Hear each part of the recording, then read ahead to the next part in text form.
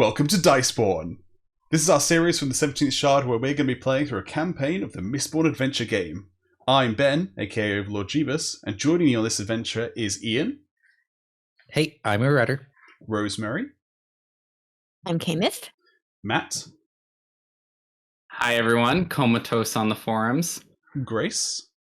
Hi, and I am Gator Girl. And our lovely GM for this game, Natasha.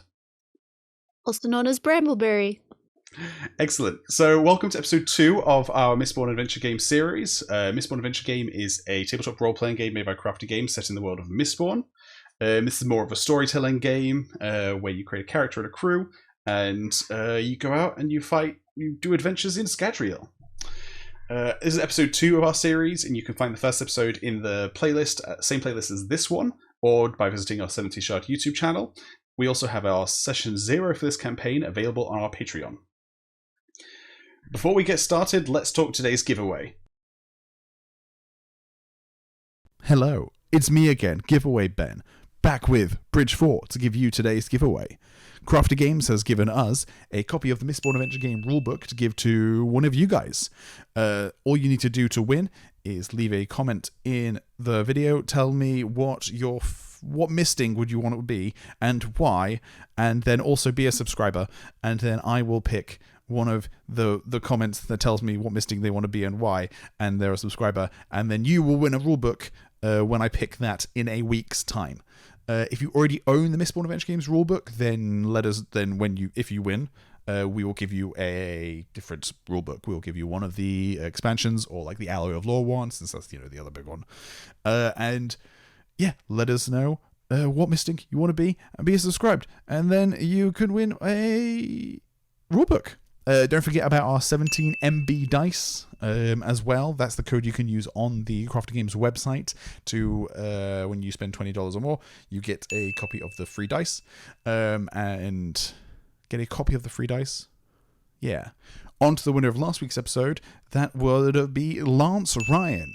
Lance, please send me your email so that I can email you and get your address, and I can pass it on to Dragonsteel because you've won the Mistborn goodie bag. The kind of Mistborn mysterious goodie bag, because I don't know what's in it, and I really want to know what's in it. So I want you to send me your address so that they can send it to you so that you can tell me what was in it, because I'm curious. I'm interested. Thanks again to Crafty Games for giving us that rulebook to give away, and thanks to Dragonsteel for giving us the goodie bag to give away. Back to the episode. So without much further ado, Natasha, did you want to kick off our second session of Diceborn? Absolutely. So let's hop in with a recap. So I'm going to hand it over to all of you rather than doing recap myself. This allows me to see, one, what you guys remember, but two, what is important to you. So just like at the end of our session, we do kind of, like roses and thorns, weeds and seeds.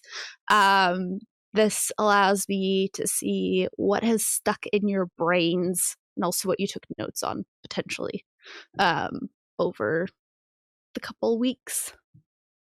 Mm-hmm. So yeah, so I'll throw that over to you. If there's one of you who wants to take the reins, and then the rest of you want to fill in the gaps, you can do it that way.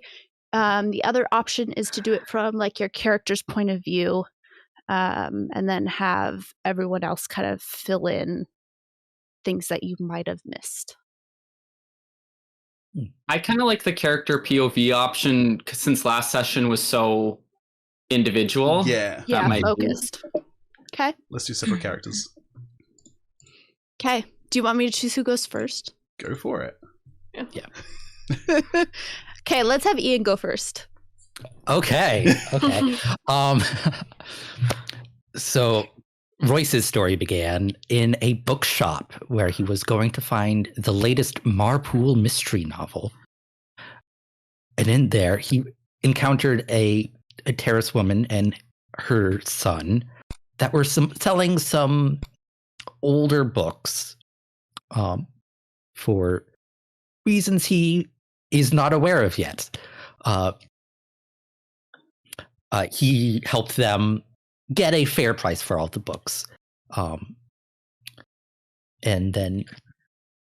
then he left the bookstore and ran into Hallie and had a beautifully awkward conversation, as the two most awkward people in the group are wont to do. At which point he returned home to read, and later that evening, his roommate, Luka, arrived.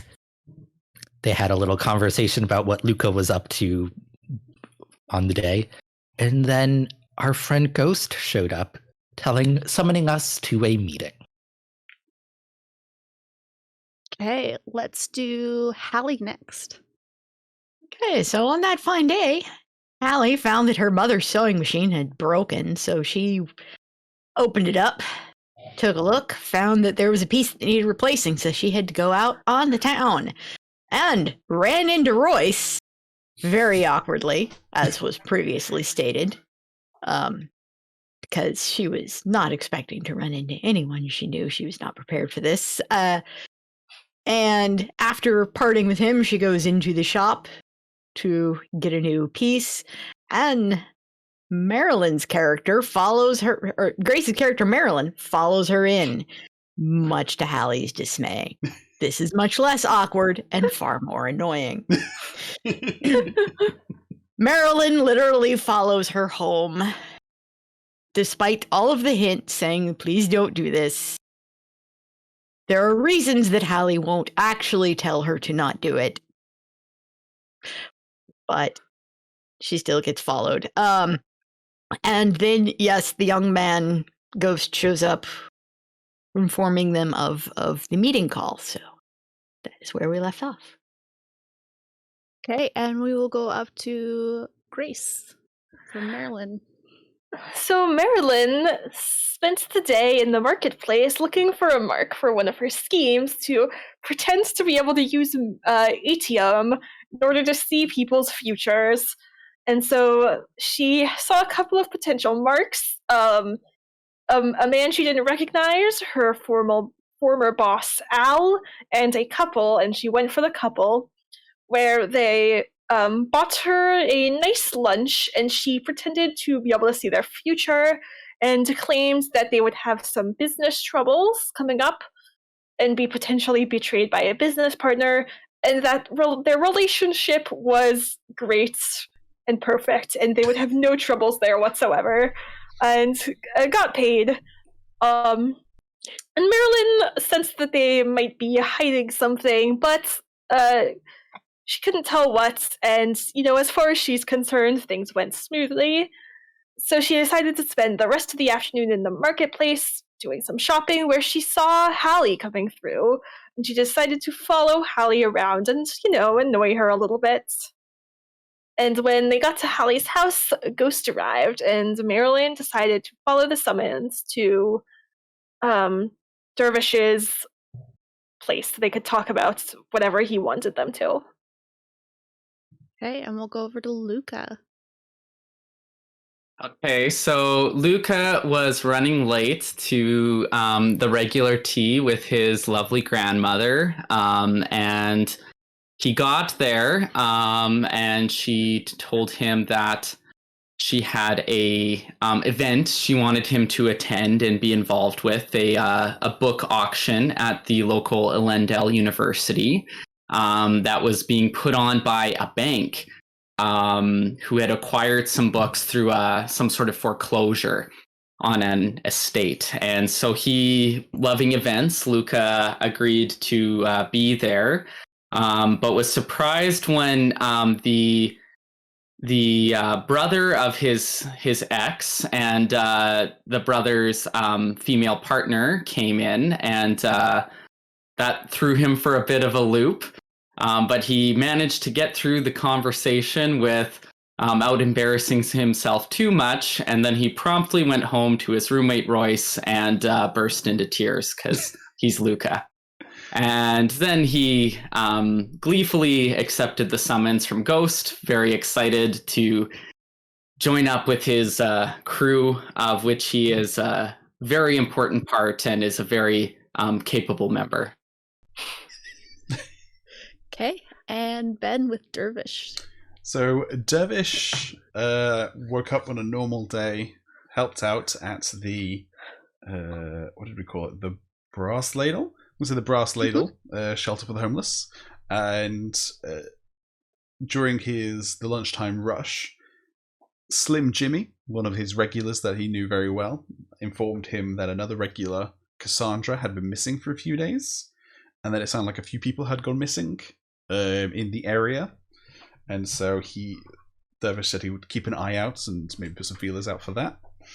And then, as he was like packing up for this, a lady named Adora, with a small little boy named Jebus, they entered and informed Dervish of the kind of the situation where they're in, where their father had recently passed, and he was a historian who had written some texts that were of some interest to various parties, and that they probably shouldn't be made public. However, they'd been seized by the First Zerina Bank, and that they were going to be put on auction soon. To which Dervish then kind of made the decision: we're going to help these individuals, as he's wont to do, and kind of recommended that she come back later that night for a little chat, you know. And then he sent out those feelers to everyone to come gather. Okay. So is there anything that anyone wants to add that might be important? Okay. I took notes of everyone's names. So the pair that Marelyn and Luka met were Mirabelle Savant and Sveth Hastings. And then I think that was the only thing I wanted to add. So yeah. I also wanted to give a shout out to Jelly. Shout out to Jelly as well. Course, Jelly. Yeah, Jelly, Yeah. the new Excellent face. NPC. Yeah. Yes, Jelly is the NPC that you all have attached yourselves to, much how a typical D&D group attaches themselves to, like Kobold or a Goblin or something. That's just like, now they're like favorite NPC. Don't disparage Jelly like that. Despite only showing up for like half a minute. So we'll see. I'll bring Jelly back for y'all. I wanted to point out that Luka is required to bring a guest to this event, so his ex does not realize that he is sad and lonely and make his family look bad.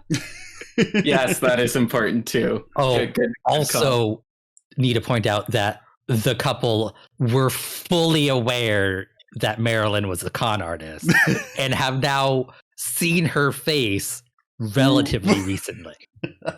Yes. Fascinating developments.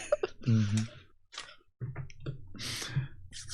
That's all I had. Anything else? Okay.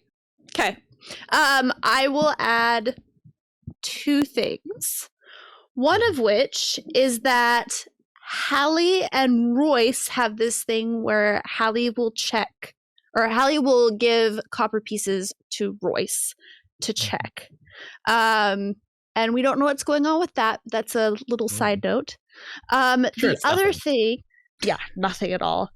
The other thing is that we know that Sveth and Mirabelle put something in Marelyn's drink to figure out whether or not she was using ATM and actually who she professed to be.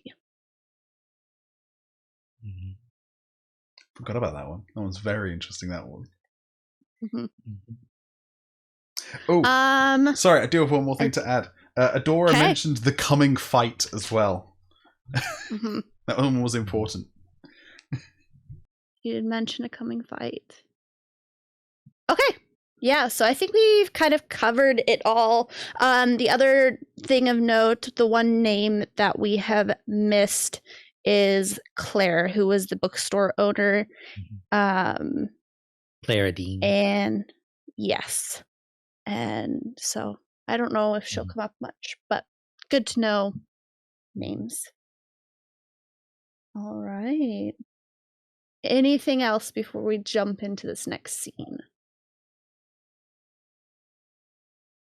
All right. Okay. So the rest of the day has passed and evening has settled in. And with evening has come a light swirl of mist around the brass ladle. And everyone starts arriving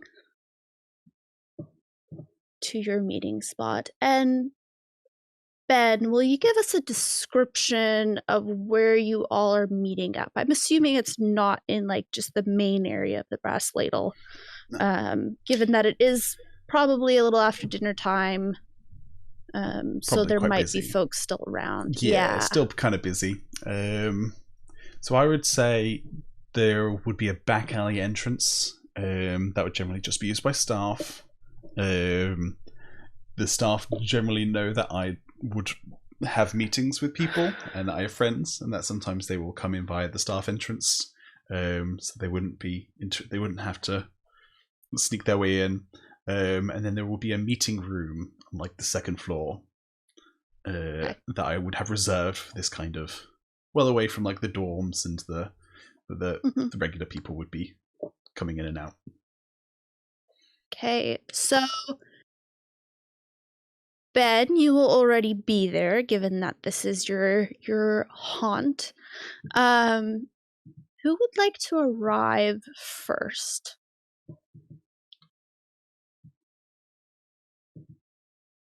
I'll arrive first. So Marelyn shows up. Marelyn, will you describe what you're wearing this evening for me?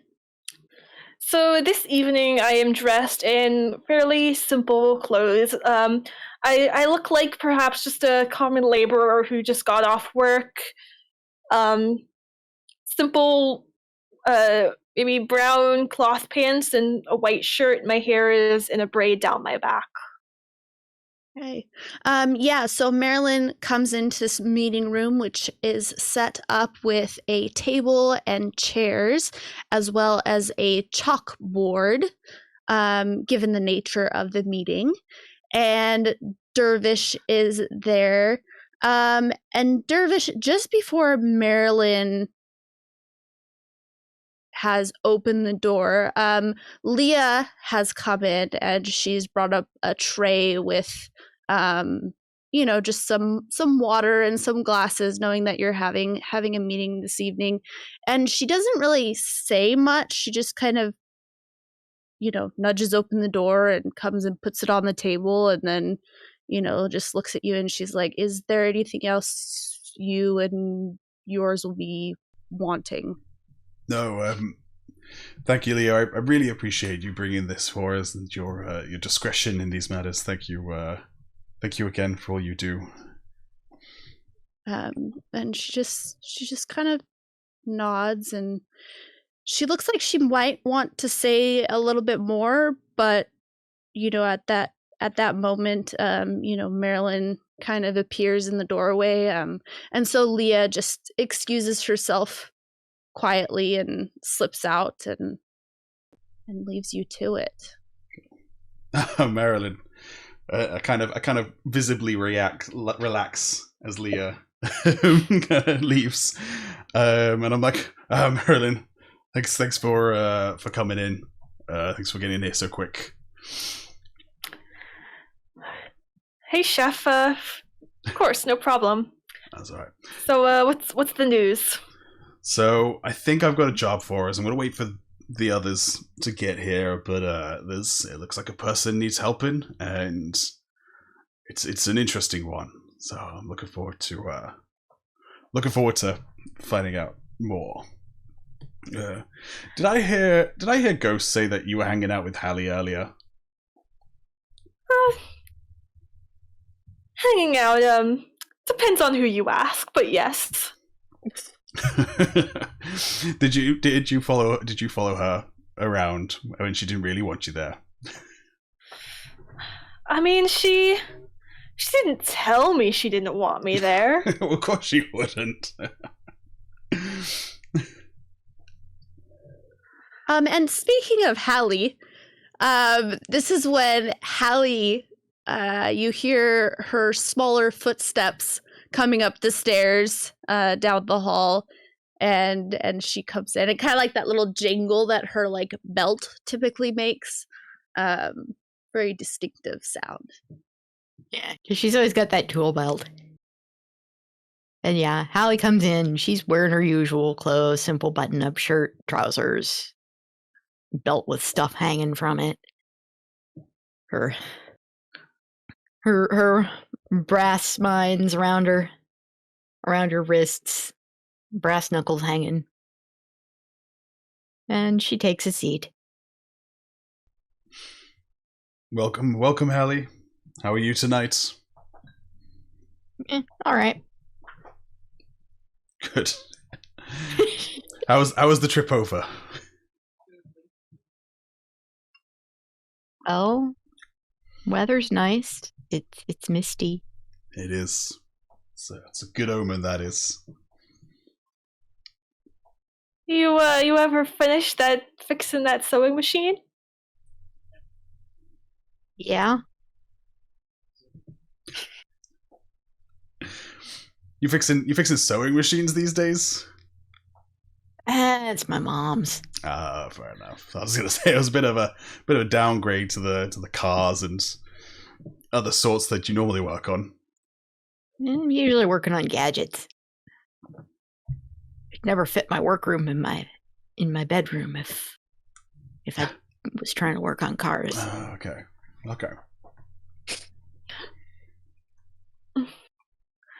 Well, I suppose a sewing machine is kind of gadget. So it does fit your usual fixing in some sense. The mechanism's actually kind of clever when you think about it. The way it loops the threads round together, you wouldn't think that would work. Whoever designed that was damn clever.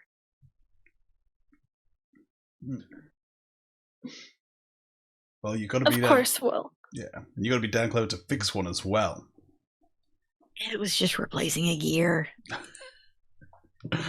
Nah, that kind of thing's beyond me. I wouldn't have been able to do that. So, Out in the street, we have Royce and Luka approaching. I'm assuming you two came together, given that you live together. Yeah. And okay, so you two notice leaning up against the wall, contemplating as if whether or not they're going to go inside the brass ladle, is a young woman, and she has like darker hair with fair skin and bold green eyes. And she is on the smaller side. And she's just kind of hanging out there, like a little bit like doe-eyed, that kind of like lost look. Okay. You could either interact with her or just go inside. I actually have a question for Matt, about what are we wearing? Because I feel like later in the evening, I think we would try to dress down a little, just so we're not flagrantly out of place walking through this part of town. I'd say Luka is still like kind of glittery, but like he's got like his kind of coat like closed, and it's got like kind of a plainer outside. But if someone's paying attention, they probably notice the shoes are a little too shiny for this neighborhood. Like there's at least one ring on one of the fingers. But yeah, like he's a little undercover. Yeah. Likewise with Royce, kind of has his coat very like it is slightly easier for Royce to go more understated because he's just naturally more understated than Luka is. But okay. Suppose Royce would kind of like lock eyes with Luka and like look at her and just like kind of like the unstated like, do we engage? As they're passing, Luka just kind of says like, "Oh, hello there," and then he like kind of keeps going. But if she stops and responds, he might stop. And she just kind of like looks at Luka and like kind of And we don't recognize her.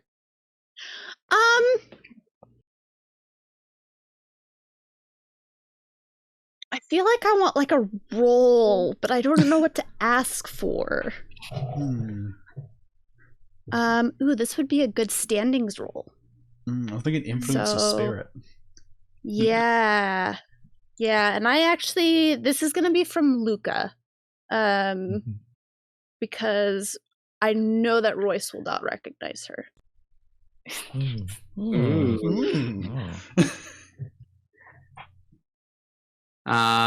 So yeah, is it influence or? Actually, no, we'll do spirit. Spirit is more of the luck. Okay. Base. Yeah. If tell me if this doesn't apply. But Luka has a specialty in recognizing, tracking social connections. So depending on where, yeah, okay.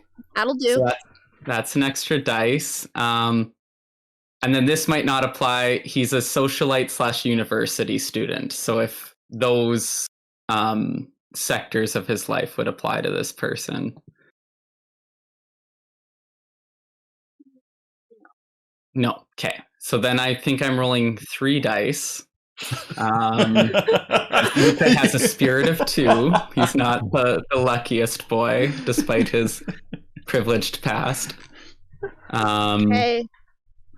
So this is going to be a difficulty rating of 3. Okay.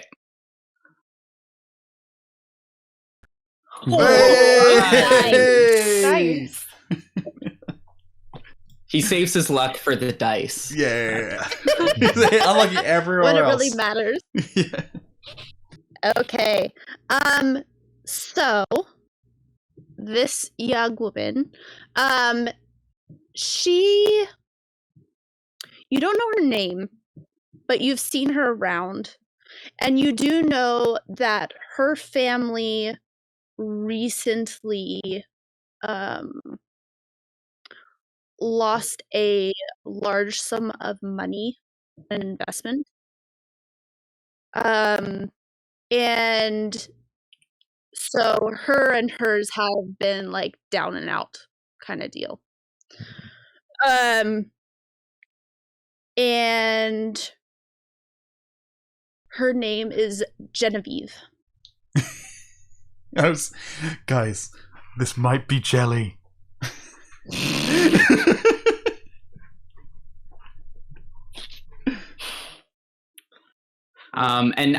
So do I know, have I like met her personally before or just like know of her?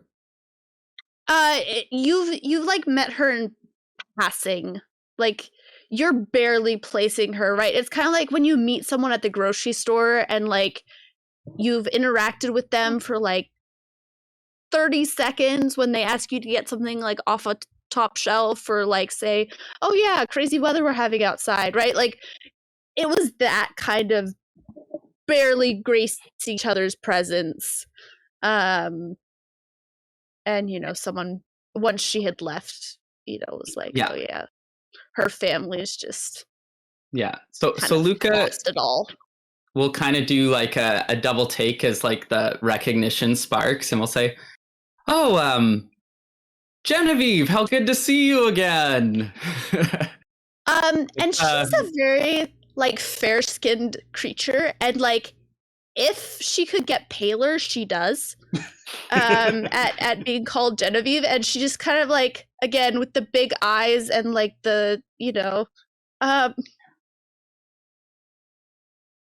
I I'm sorry, you are mistaken.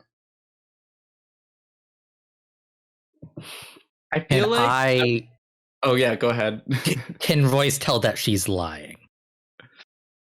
I feel Or like everyone could tell that she's lying. Okay, Like it's not subtle.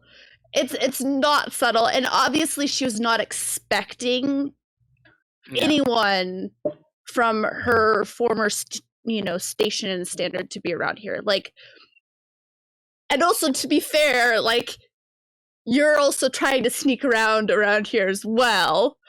Like, I don't know that sneaking is these boys' strongest suit. No. So Luka will take note of some of the awkwardness and will say, "Oh, well, my mistake. Good night to you, and see you around." Royce will give her a nod. It's like, good night, miss. good evening. And she just kind of like shuffles off, kind of like as someone with like a big ball gown would if they were like pressed up against a wall and like trying to get around the edge of a room. Like that's kind of the behavior that she has. Chased her away. Slinks off from the brass ladle. You chased away potential plot. I might come back, which is why like I would like Royce to memorize her face and it's very hard like to miss her eyes. Like those are the most distinctive thing about her. Like you would almost describe her eyes as almost like a translucent green, even though they're not, right? It's that kind of bright, like ephemeral color. Okay, so Royce and Luka go inside, and you know the way around the back entrance and up the stairs. On our way up, like I do want to ask Luka like how he recognized her, like what he knows. Yeah, and Luka will kind of say, "Oh, I don't know her that well, to be honest, but her family, had a kind of rough time a while back, so she hasn't really been around. I'm not really sure of all the details, but the gossip made its rounds. People aren't very kind when people's fortunes turn in this city, so No. Okay. Luka and Royce arrive up to the meeting space, and Dervish, Marelyn, and Hallie are all already there. Adora, who you're meeting, has not yet arrived. Luka will kind of swan in and like sit down very casual and see the water that's been placed and say, "Chef, refreshments, how thoughtful of you." And we'll like pick up a glass of water and kind of swirl it like it's wine almost and take a sip. Sorry, it's not anything stronger, but this is a business meeting today, so I don't know if it would be appropriate. Yeah. Royce will kind of like take his coat off and like put it on the back of the chair next to Hallie and take a seat. Kind of like roll his sleeves up and kind of lean forward on his club. And at this point, Hallie was quite casually kind of reaches into one of her pouches and pulls out a few coins and then starts stacking them very deliberately crooked, one at a time. And then once the stack is done, she just leaves them crooked. Oh, Royce, how are you? Kind of casually glances down at her pocket watch. Royce doesn't do anything yet. Dervish kind of says to Royce, so, read anything good lately? Happy bit. Yes, I just started the newest Marpool mystery. Oh, I love those. Oh my god, you will never guess what. The mother was a conjurer the whole time. It's crazy. Ah, it's insane. Ah, I love it.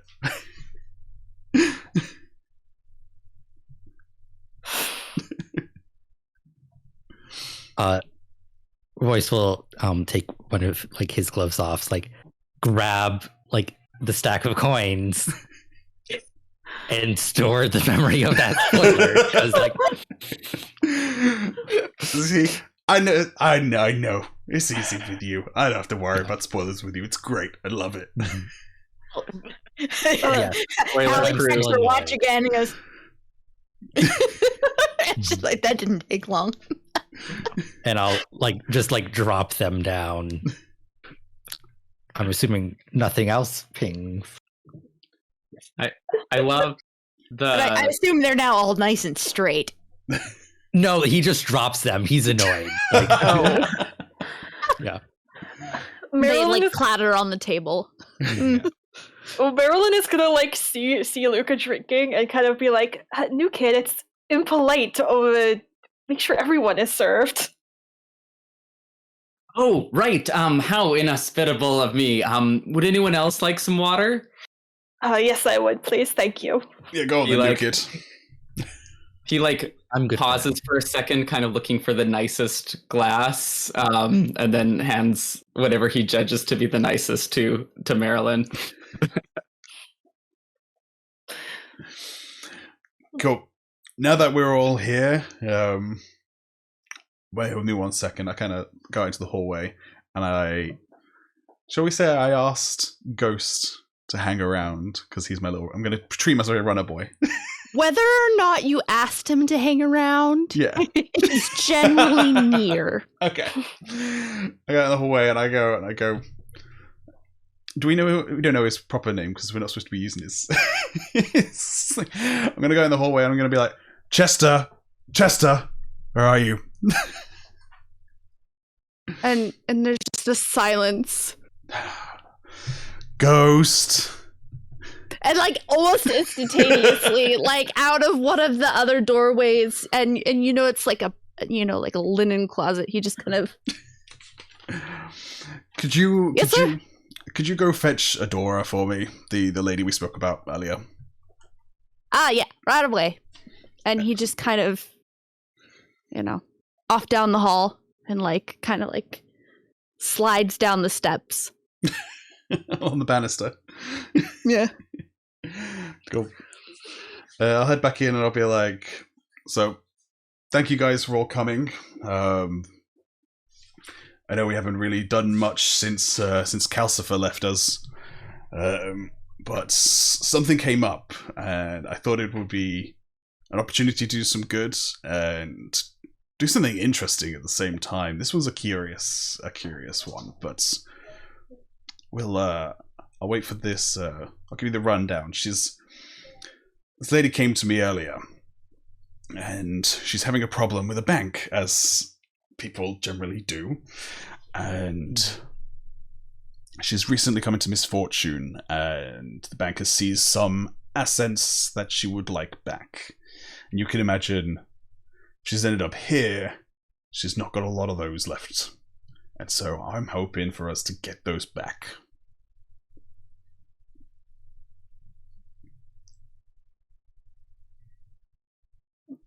And I kind of wait to see if anyone has any questions.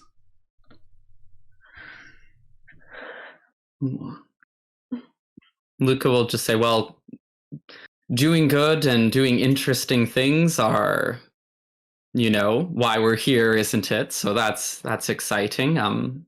It'll be good to hear more about her unfortunate situation. She wasn't by chance have bright green eyes, and he kind of describes the woman they saw outside. Not that I remember, no. She's always got a little boy with her. She's got a little boy, Jebus. But no, I don't think she had green eyes. A terrace woman? Yeah, Pod Terrace, I'd say. Yeah. Hmm.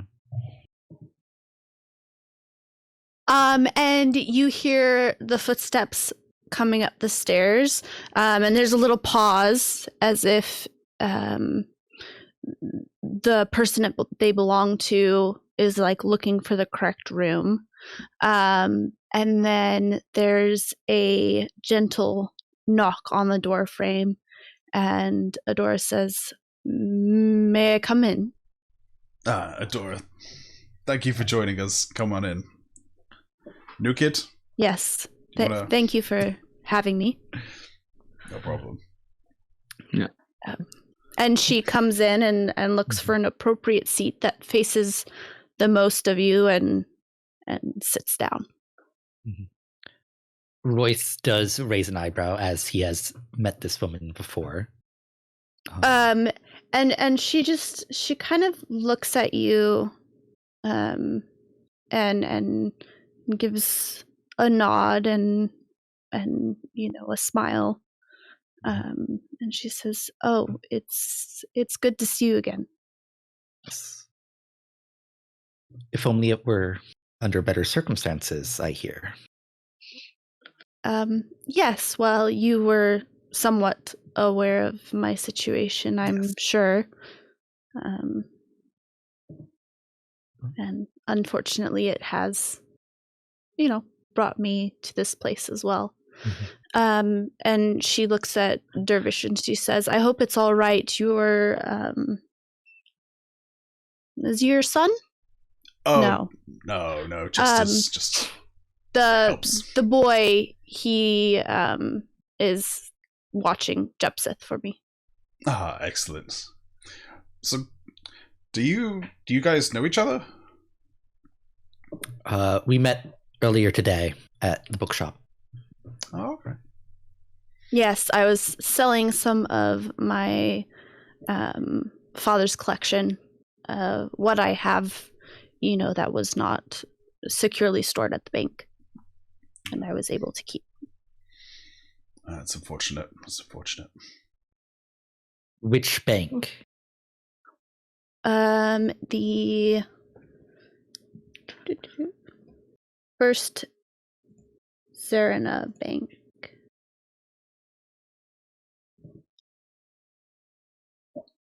Interesting.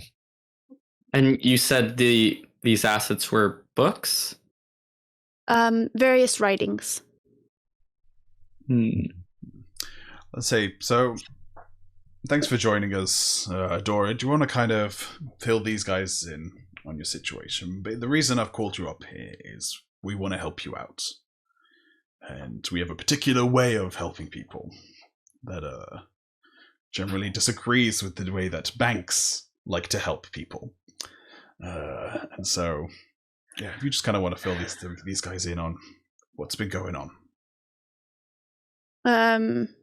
She, considers everyone at the table, and she says, "Well, my name is Adora, and I am the daughter to a scholar.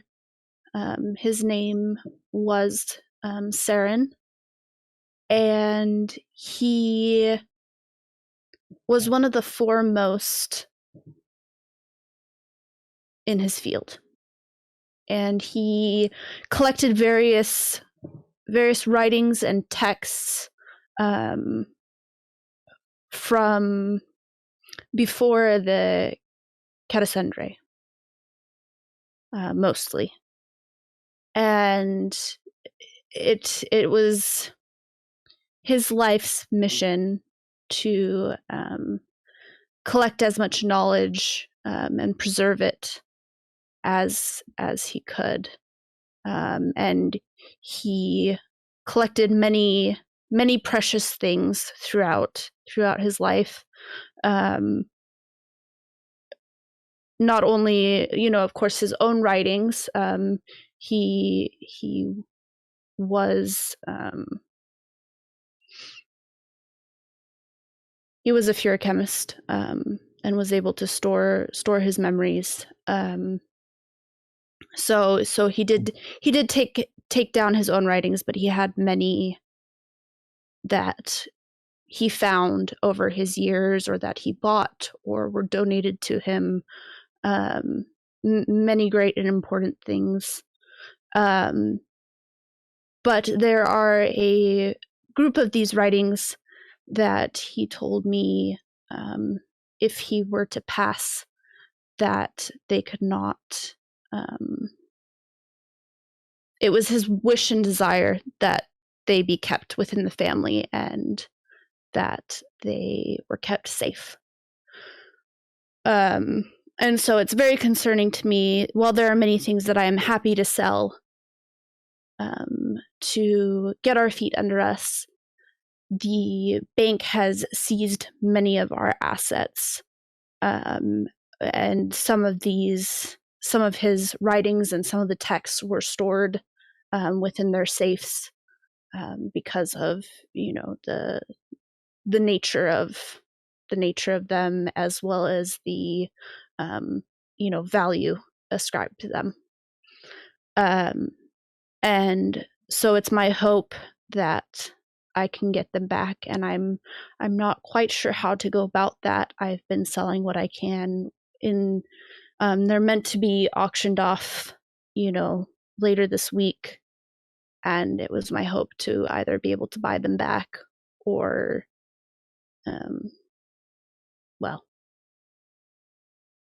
if I'm assuming correctly, whatever it is. Yeah, you won't have to buy those back. What I'm thinking is that we're going to try and get these items back for you, and we'll see what else we can get while we do that. It's good that they're being auctioned. I'm not really in the mood for a bank heist. Yes, the security, though, from what I can tell, is still going to be quite high. I have not been able. My father was very secretive about many of the things that he kept, and many of the contents of the writings and the texts that he had. And so I do not know the exact nature of these things. Yeah, but they will be well protected, even though there will be at this auction. I do know that much. How do you know which are... He has many writings. How can you distinguish the subset of things he did not wish to be shared from? They were all the wider cataloged. collection? They were cataloged, so I have numbers and references. Excellent. Also, to my recollection, as far as I know, this was the largest piece in his collection.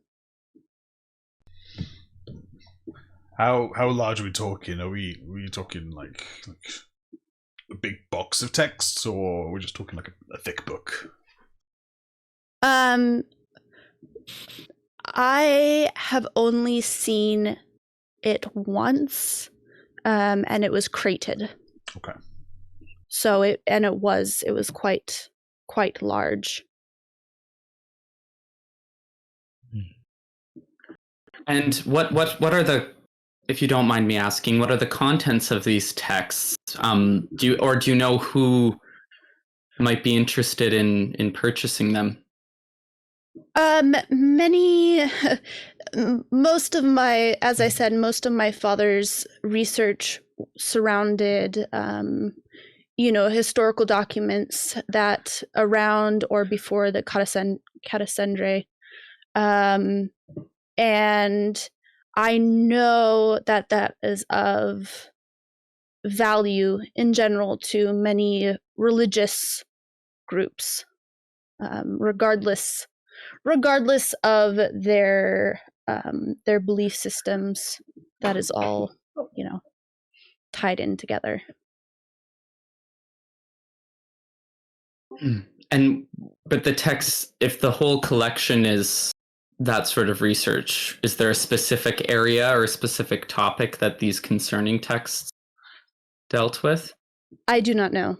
Like I said, I was not necessarily privy to a lot of my father's study. He was a rather secretive man, a little paranoid, especially towards the end.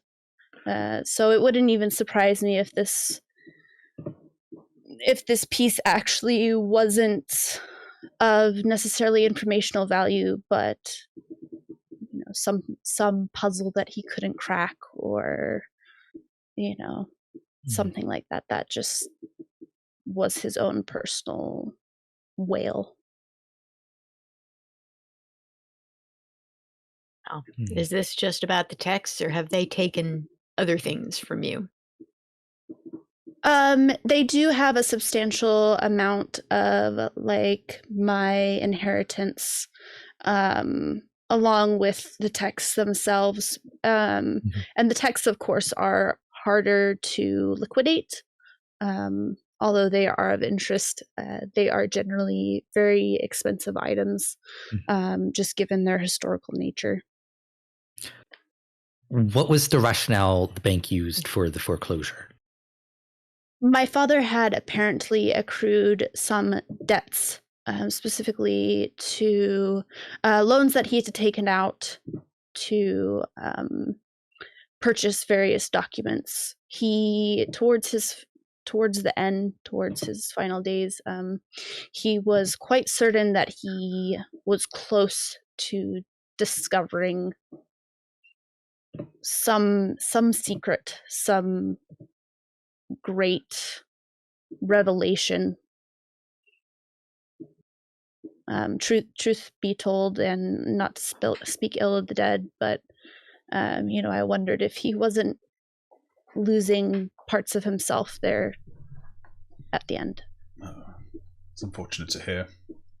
Thank you, Adora. I think I don't want to be grilling you too much on this. I think you've told us everything you know. As I said, we want to get these texts back for you. I don't think we'll be able to get the inheritance back. That'll be a whole different sport game. But one question. I just want to get the catalog system. I want her to explain that to me. Of course, yeah. So she will take the time to do that. She says she doesn't have it on her, but if you provide her with pen and paper, she does write out essentially the instructions for using it, and how to go through and find various documents, and writings and texts, and so she'll happily do that and make sure that you have the information on that you need. Yeah. And Luka, while she's doing that, will covertly look at the list his grandma gave him.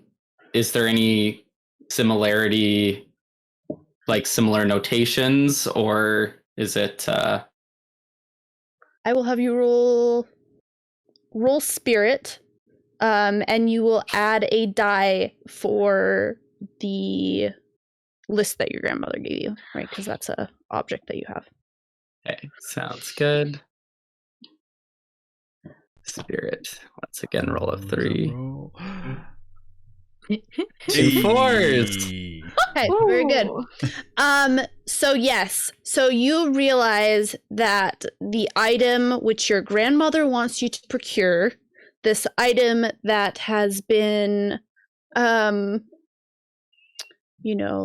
never before seen, important historical thing, right, is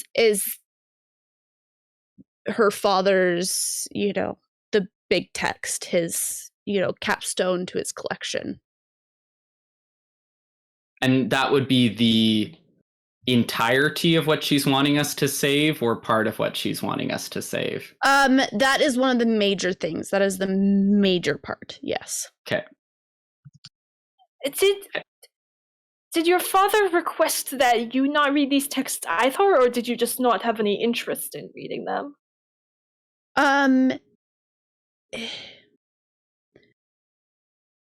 He did not give me any instructions for after he died whether or not I could read them. He just merely said that they should stay within the family and that I should continue his work. Are you Interesting. planning on? I will see. So, I will do my best to fulfill his hopes, but I do have Jebus to care for. it's hard to plan when you're in a situation like this. Yeah. But yeah. Thank you very much, Adora. As I said, we'll try and get these back to you. And Yes. Thank you, and thank you, Dervish, for your hospitality. And my son and I we will be staying here as for the time. So it should be easy to find me if you have any more questions. I think will do. Thank you very much. Thank you. And she excuses herself. So, As soon as she's like far enough away that Marelyn thinks she can't hear, Marelyn goes, "So we're reading those texts, right?" So absolutely. Obviously, we're here to help people, but I gotta know what's in those texts. This has piqued my interest. I can tell you now. I guess that means I don't have to take a sneaky look at him. Don't worry. What else do we know about this auction? Yeah. What So- else are they selling, or is there anything else? I might have an in there. My grandmother is actually asking me to attend this auction and procure some of the texts. So, complication though, she may be interested in a large portion of the specific ones we are wanting to liberate. So, if we could avoid getting caught and ticking my grandmother off, that would be swell. That's what you were gonna say. Generally, avoiding getting caught is a lot of the point. I know you. Yes, but my grandmother is a lovely, sweet, generous woman. And if we get caught, she's going to be the least of our worries. I would not I wouldn't say that. I gotta share a look with Hallie there, being like, ooh. My grandmother is an excellent ally. I would be very hesitant to make her an enemy, though. Does your grandmother require the original text or just the information within? That I'm not sure of. She just gave me a list of items to purchase for her at the auction. Of course, I won't be able to help it if the objects she's asked me to purchase are not there, and I'm, fully committed to our team and our cause. So I hope you have no worries whatsoever about that. But Well, all we really if we need can is find a way someone to keep- inside to possibly leave the right ingress unguarded at the right time or distract someone at the right moment. So And you being there doesn't necessarily mean that you are going to be at all involved in the theft Precisely. itself. it may be a scenario where you purchase those books for your mother, but the grandmother. books that are grandmother, yes, the books that arrive to her apartment. It's apartment, right? Or is it a manor house? Yeah, I think we said a townhouse, right? Townhome. Yeah. It may be a scenario where the books that arrive at her townhouse are not the ones that left the auction. That's right. If everything's just catalog, as long as they have the right number on I'd them. still like to try and find some way of getting this poor woman's inheritance back, because right now she and her son appear to be on the street. Yeah. What I was thinking was, What else is being sold at this auction? Is it only his works, or is there art? Is there other fancy? My understanding is it's just the books, right? So it's a lot of the it's not just the books. The books are kind of the big thing, right? But they do have other pieces which they have repossessed that will also be auctioned off at the same time, and it's all, to go toward the university. Yeah, because it's a fundraiser. It was Funding multiple page. people that were foreclosed on, not just Mhm. Seran. Well, Yeah. Adora.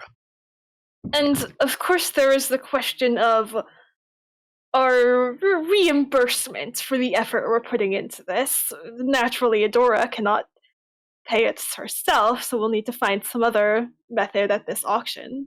Don't worry, Marelyn. I had you in mind. What I was thinking was, So whilst we're getting in we there, planned this job Yeah. focusing on primarily expensive objects. yeah, we can grab some other stuff while we're in there. We can either steal the notes along with that or simply leave Luka's plan in place to purchase them and switch them out later and use the entire job as a distraction to switch them. And I guess another clarification question. Did my grandmother want me just to attend, or did she want me to help out with some of the back end stuff? She mostly wanted you to attend to purchase these items, and show face for the family. Right. And yeah. given this is your alma mater as well, it's benefiting. It all makes sense for you. Yeah. Okay. So it's a shame the person who is meant to purchase them is a member of our crew. Otherwise, we could just, wait until they were done and take the books afterwards, along with perhaps some valuables. But that would not profit us if the valuables are already owned by you. I mean, I could be robbed. If I do say myself, I play the victim very well. The other thing, though, to keep in mind, of course, is this is a charitable endeavor for the university. So obviously we want to help our client, enrich ourselves, all those great things, but probably also don't want to clean out the coffers entirely. We could make some. University has no end of donors. Yeah. But we could make some, I think the goal should be to steal what is needed and what is wanted on top of that, but keep it as small compared to the larger pot that we're not getting too many people chasing after where it went. It's a good point. We don't want too many people chasing us. But we do want to grab some things as well, just to make sure that it's not super obvious we were directly just going for the text. So it's good to kind of hide our intentions that way. But you're right, we don't want to piss off too many people with this. Well, and if we do if we can pull it off as a mislabeling, maybe partially we label something else as these books, if they're in a crate or something, and then, label the books themselves as something even more valuable. And then people might assume, they were after just riches, and the thieves even didn't get what they wanted. So the motive is totally disguised. I like that. We swap out the labels on the crates, essentially is making it so that the prize item of the auction becomes some other random texts. You can then still purchase them for your grandmother. We keep her happy. And then we get away with... Even though she's not getting what she thinks she is. Even though she's not getting... But she's not annoyed at her grandson, though, which I think is important. No, she's going to be ignored at the auction house later for mislabeling things, Exactly. but mysteriously, it's gone. Or perhaps... Presumably, however, the crates will be opened during the course of the auction. I don't believe that deception is quite feasible. It will be discovered. Depends on how similar the item we switch it is. Mm-hmm. Perhaps if we these are books and papers. Who's going to notice? Perhaps if we take down the information in the books, we could sell it back to the interested parties while giving Adora her texts. That kind of defeats the purpose of her getting the texts in the first place, though. Yeah. It's not the texts themselves that are important, it's the information in.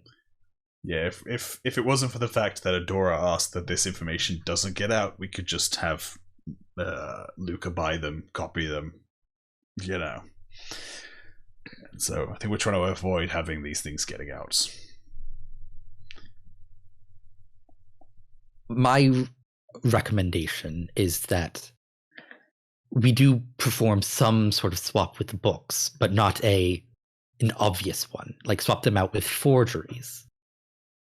Something that does not raise questions necessarily when received by Luka's grandmother, but are not as perhaps illuminating as she would have hoped. It will take time to make. Okay, so we need Adora to give us forgeries. a very detailed description of what exactly this book looks like. Yeah. It's not just one book, it's a crate as well. the So book and the notes. not only And I don't think she knows is the thing, where it would require one of us to locate the crate ahead of time, see what's in it, and then leave enough time When to is this duplicate. auction?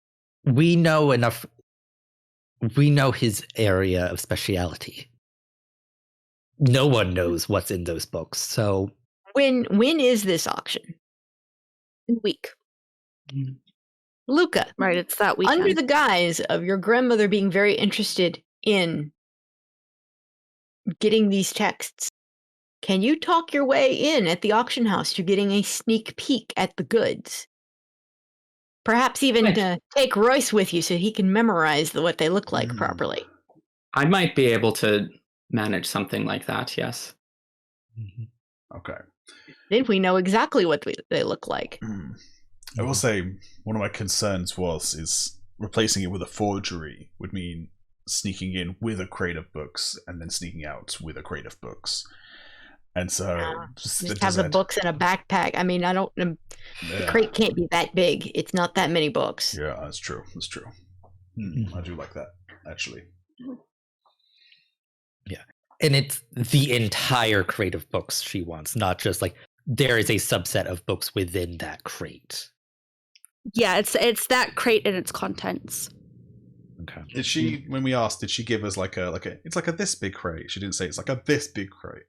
Did she? Is something it bigger than a bread box or smaller than a bread box? Bigger than a bread box.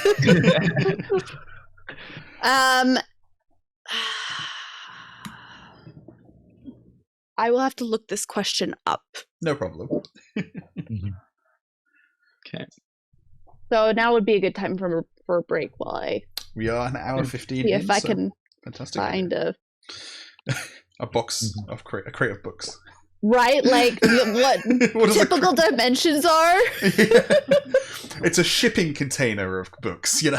I mean, I'm sure there's like at this packing point- material and stuff, but basically we go in with a duffel bag of books and papers, switch out, and there we go. It's not a Basically, terrible like, idea. no one knows what's in it. So it's like as long as whatever we make is plausible. Although no one knows what's in it except probably at this point the bank, right? Whoever's Yeah. opened it up. They've looked through and cataloged it. Yeah. And they but, like, know that it's valuable enough that they're, it's their big reveal piece, right? Never Mhm. before seen kind of. But presumably, like, they haven't done like in-depth academic research on everything. So No, but we should at least be able to get it. If Luka can talk his way in, we should be able to get a good enough idea of what they look like in order to put together forgeries that will pass muster, especially since they think they've already investigated the goods and confirmed them. And the other thing is Luka aware of who's like it's the bank running the auction, right? No. yes, Yes. I believe Okay. so. Okay. Could we perhaps find out what other families are interested in these texts if we were looking for some kind of scapegoat?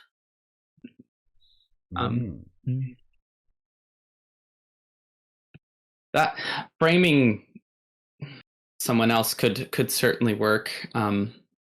Sorry, and just to clarify, are we breaking right now, or is this on? I was going to say, I'm still recording, yeah. I need to. Should we? Yeah, I think let's break. It's official break now. Yeah. And then we'll ask that question. Yeah. I heard the break and then people just kept talking like nothing happened, so I wasn't sure. To talk about. Yeah. All right, let's see you guys in a minute. Cool. Hey, are we ready to jump back in? Okay, so I have an answer for you. She doesn't give you an exact measurement, but she does spread her arms out like wide. Okay. Oh, like dear. It's big. Oh, dear. It's a large crate. And of course, are they auctioning the entire crate together, or are they parceling it? You don't know. Like, you just don't know. And she also said she didn't give you an age that she saw this at, so this is a memory, right? She only saw it once. So there's the chance, right, that her memory is off, or that when she was small it looked really big, or so all of these things can factor into that. That would be a lot of books. I mean, her father I could probably fill a crate that big with books, but I have a lot of books. We're talking like Ellen Venture level. I was going to say, we're normal ass people, and we could probably all fill a crate of books this big. Yeah. When I moved with all of my books, a crate that big, they're gonna go. We're gonna get more money out of this if we parcel it into interesting bits rather than try to sell it all in one chunk. Unless it's like the complete like if you were selling like the complete Cosmere collection as like bundle. As a bundle, right? I feel like we need to be asking Mark these questions. He would know. Yeah. Let's bring in our book collector expert. Yeah. But I think he's like we all have lots of books, and none of us have spent our family fortune to acquire them. So and this man did spend the family fortune. And so the books the bank claims. The books that we're trying to get, the text we're trying to get, is it the whole crate, or is it has she given us like the reference numbers for texts within that crate? That crate has one reference number. Oh damn! So we have to get a whole crate out. Damn. Okay. How disorganized are these idiots? I mean, that's the guy who organized it that way. Mm-hmm. I don't think swapping it out for forgeries is going to be doable, guys. But we could swap out. But we also can't steal a crate that size reasonably. I mean, we don't. This is era 2 Mistborn. We don't have forklifts. Well, we have a cola. Excuse me. And so Luka kind of goes, well, another idea, if I'm able to make a connection with the organizers at the bank when we're going to inspect the goods, if they haven't chosen a caterer yet, and I were to let slip, that I have a recommendation, we might be able to form an excuse to have, large like a truck quantities of objects going in and out. If we needed a big level of difference though between assisting at a soup kitchen and running a catering business. There's a whole lot of stuff that I don't think Dervish has, unless I'm mistaken. No, but if we have a catering company coming in with a truck full of stuff, that does give us an out, even if we're not part of that group. Luka, I hope you actually do. Do you actually know any catering companies? I've been at my share of fancy events. I have a short list. I could. In other words, figure out the catering company, and we can copy their uniforms. Yeah. Oh, also might just might be better just to ask them which they're already using. The event's in a week. They probably already have that. They might already have someone, but if I could find out who they're using. Contacted. Yeah, then we can Figure out who they're using. And we need copies of their uniforms. Yeah, I like this. I'm liking this. It's coming together here, guys. Okay. But first step, I think getting eyes, seeing if I can even get eyes on the target. Yeah. Will really change things. Do you want to try? So if you want to try that, doing that tomorrow, and then we can meet back here, decide next steps once you've done a bit of a reconnaissance. Give an idea of what kind of security we're dealing with. And then if we're gonna do for the day of, I am allowed, encouraged perhaps to bring a +1 to the event. So if there's, depending on what roles anyone is playing, if anyone else wanted to be kind of mixed in with the crowd, if that would be helpful, we would have that option. Oh, I do love events. Thank you for asking. I would be happy to accompany you. Well, I would love to bring you. Luka's feeling very torn. You can tell at the moment. Marelyn. However, something I did not mention earlier. There are other guests that... Did you... Let me start over. Did you She by conned chance... someone, didn't she? By chance, tell fortunes for a quite handsome couple, one of whom was a blonde gentleman, this afternoon and go to lunch? Perhaps. Do you think whatever guise you were wearing you could look different enough from so as to not be recognized by said couple at a fancy event? Of course. Is that something we want to risk? Connecting you so directly with Luka? Worst case scenario, Luka, I'm sure, is known to be a gullible young man. They would easily believe that I. Yeah, but they would call you out in the moment because that's what nobility does. They see who doesn't belong and they throw them out. I feel like Royce would be the safer choice because he at least knows how to move through. But if isn't going to be recognized. If Luka's taken Royce to scout out the location, the auction house, I don't think I should go with the scouting mission, as if it's being held by Seran Bank, I don't think they would look too kindly to my presence there. However, at the auction, my presence would perhaps be a distraction, as they could not so easily bar my access if I am accompanying an honored guest. I mean, I would love to take both of you, but it's whatever the group decides. I'm completely fine with. I'm not sure. I don't know. Dervish is kind of just sitting there being like, you let these kids decide who's going to the party between themselves.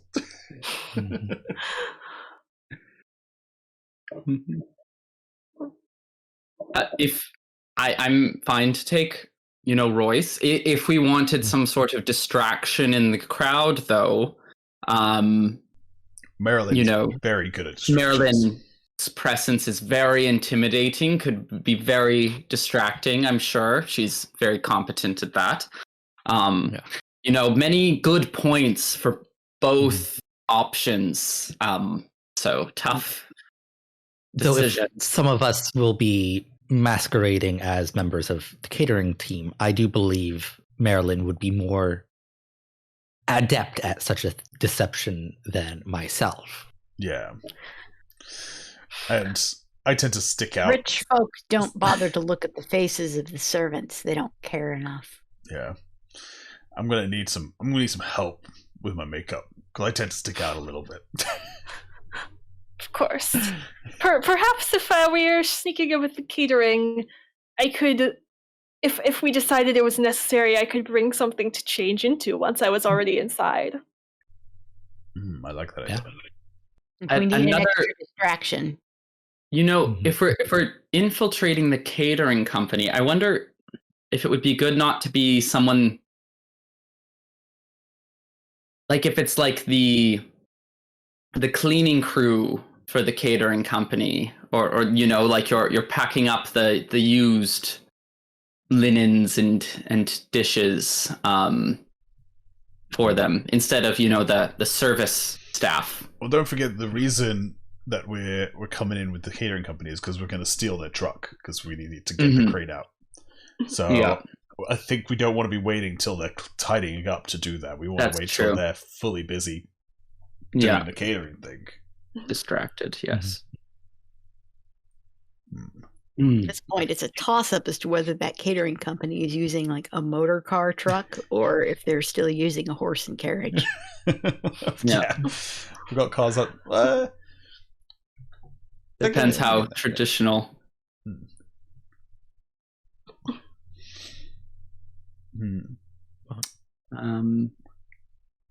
So well, I'm not sure how much more planning we can do until we have more information. I think you've hit that point where you've planned as much put as your little tentacles out into all the different places they can possibly go. And it comes down to now how things shake out. So, one more thing. Yes. Who's writing on the chalkboard? I'm happy to be writing on the chalkboard. Okay. Cool. I've written like catering on the chalkboard. I've written like various. You need like an actual chalkboard. Yeah. I do. I need an actual chalkboard. I can see if I can fit that in the budget. And all right. Yeah. So you have your plan set in place. So what I can assess as far as the things that need to be done from here is, one, you need to figure out who's doing the catering, what they're up to, possibly, you know, scout the location, scout any other people who might be on staff. And then Luka needs to go and find out what is in this crate, and whether or not, you know, you can forge it or heist it, or, you know, whether they're breaking it up into smaller bits to sell, whatever.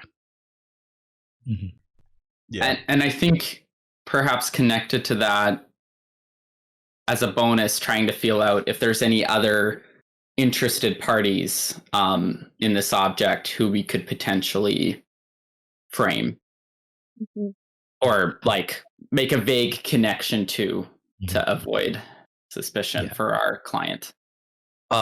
Royce would be interested in finding out who some of the other foreclosed families and individuals are. Right. Because I was going to say, you might also want to know what else there is to potentially steal. So where do we want to start, and who's doing what? Royce would like to do like the research into, like, through his like banking contacts, like who are the people that were foreclosed on, like how legitimate are these foreclosures actually,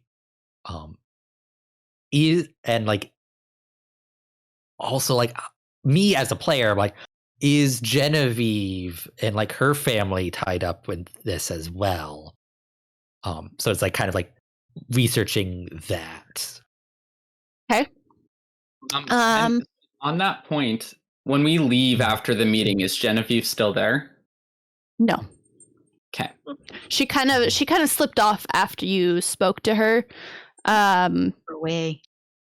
And she did not come back if you ask anyone. Mhm. Okay. So, yes, we were Royce. Yes. So you are going to go some feelers out. Mhm. Okay. So I will have you roll me charm. Charm. Okay. And Unless you then, have a better suggestion. I think it's charm because it'll be mostly talking to people, and it would either be charm or influence, and influence is lower than charm. Yeah, I was kind of assuming it was going to be influence, so I'm good with charm. Okay. And then I can only add one trait, Yes. correct?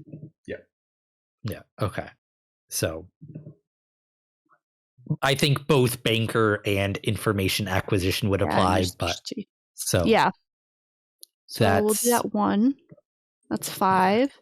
And I will say that this is a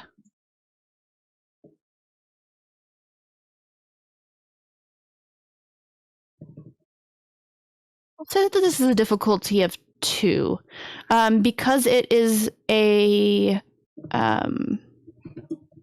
yeah, we'll say it's a 2. Okay. It's an event that's known, and to get the list of things that are being auctioned off is not going to be difficult. Or at least not wildly difficult. We are rolling well today. Okay, yeah. So Royce goes and he looks into the various items that will be on auction. There are a number of texts. There are also a number of like family jewels and jewelry that's being auctioned off, as well as various paintings. Those are the paintings and the jewels are the things that mostly catch your eye. Jewels generally are easier to resell than paintings, right? Because paintings are more distinctive to kind of common people, right? It's more likely that you're gonna be able to recognize that rather than a jewel. Especially if you pop them out of their settings. Right. Yeah. So as far as resale value, as far as whether or not the repossessions are legitimate, they all have very distinct paper trails that seem to suggest they are legitimate. There's a few fishy things here and there, but that's mostly what you recognize as ways to cut corners for like tax purposes and those sorts of things. Yeah. So the normal shady, not the not like these foot shady. Yeah, not the bank is, totally just ripping people off in in droves. Okay. Yeah. And you also know that most of the collection are things that the bank had in the vaults themselves rather than going to someone's personal home collection, like sending people in and taking things out of their house kind of deal. Okay. And that's also the reason that it's like generally like art and books and jewels and Did I find out if like Genevieve's family is involved? Like did they get foreclosed on at all? I want you to roll me a spirits roll. Do we have Genevieve's family name? At 3.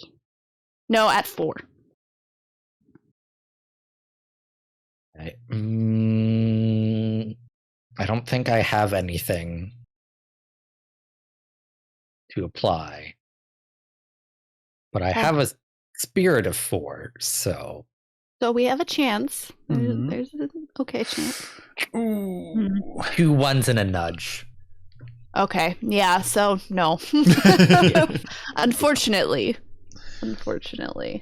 Yeah, so you don't find anything on Genevieve, and it could just be that you don't have her family's name. It could be that the bank did not foreclose on them, and this is a whole different, situation. Yeah. You just don't know.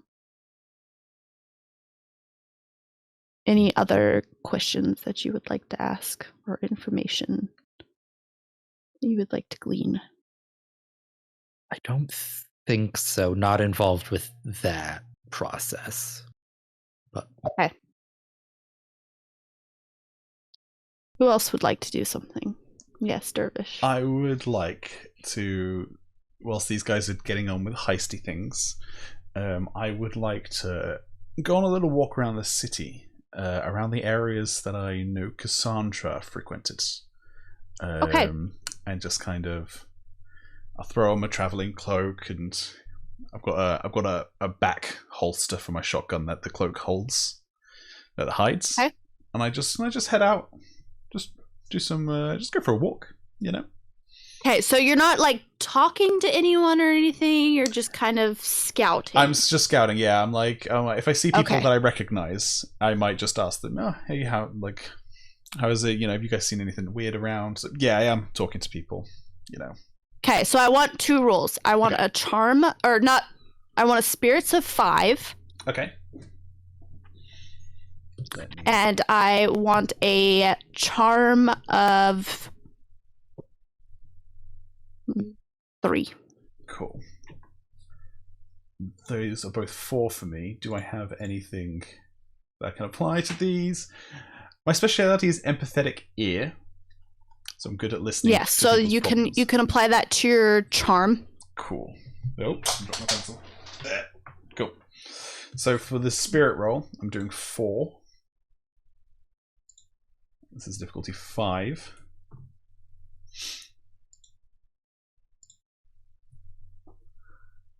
Ooh, that's a nothing. That's a big ol' 0. Cool. And then, so the charm was a 3, and I have a charm of 4 plus 1 for the empathetic ear, so that's 5 dice. Roll those. That's still a big fat nothing. Oh, I am so With a nudge, though. There's a nudge in there. Okay. Yeah, so you notice that mostly I actually want another spirits roll, and this Ooh. one we'll do at a 4. Ooh. Am I applying? Oh, this is spirits, isn't it? Yes, this is 4 dice. This is something unrelated. Cool. Just whether or not you happen upon it. So I can't roll anything. So... Okay, yeah, so you have a fairly fruitless evening walk. It is a nice night out. Like, Lovely. there's that. It's a wonderful evening out, but it seems that even people that have like seen you around and kind of know you, like, are more wary of you than normal. And you're not sure why that is. Cool. That's neat. I knew we were going to pay for those really good rolls early on. Those were shockingly bad. Those were awful. I think there should be something for a straight. Yeah, I know. Like- I think my charm was like every number. This is a mag. It's not Yahtzee. It sometimes feels like Yahtzee. Yeah.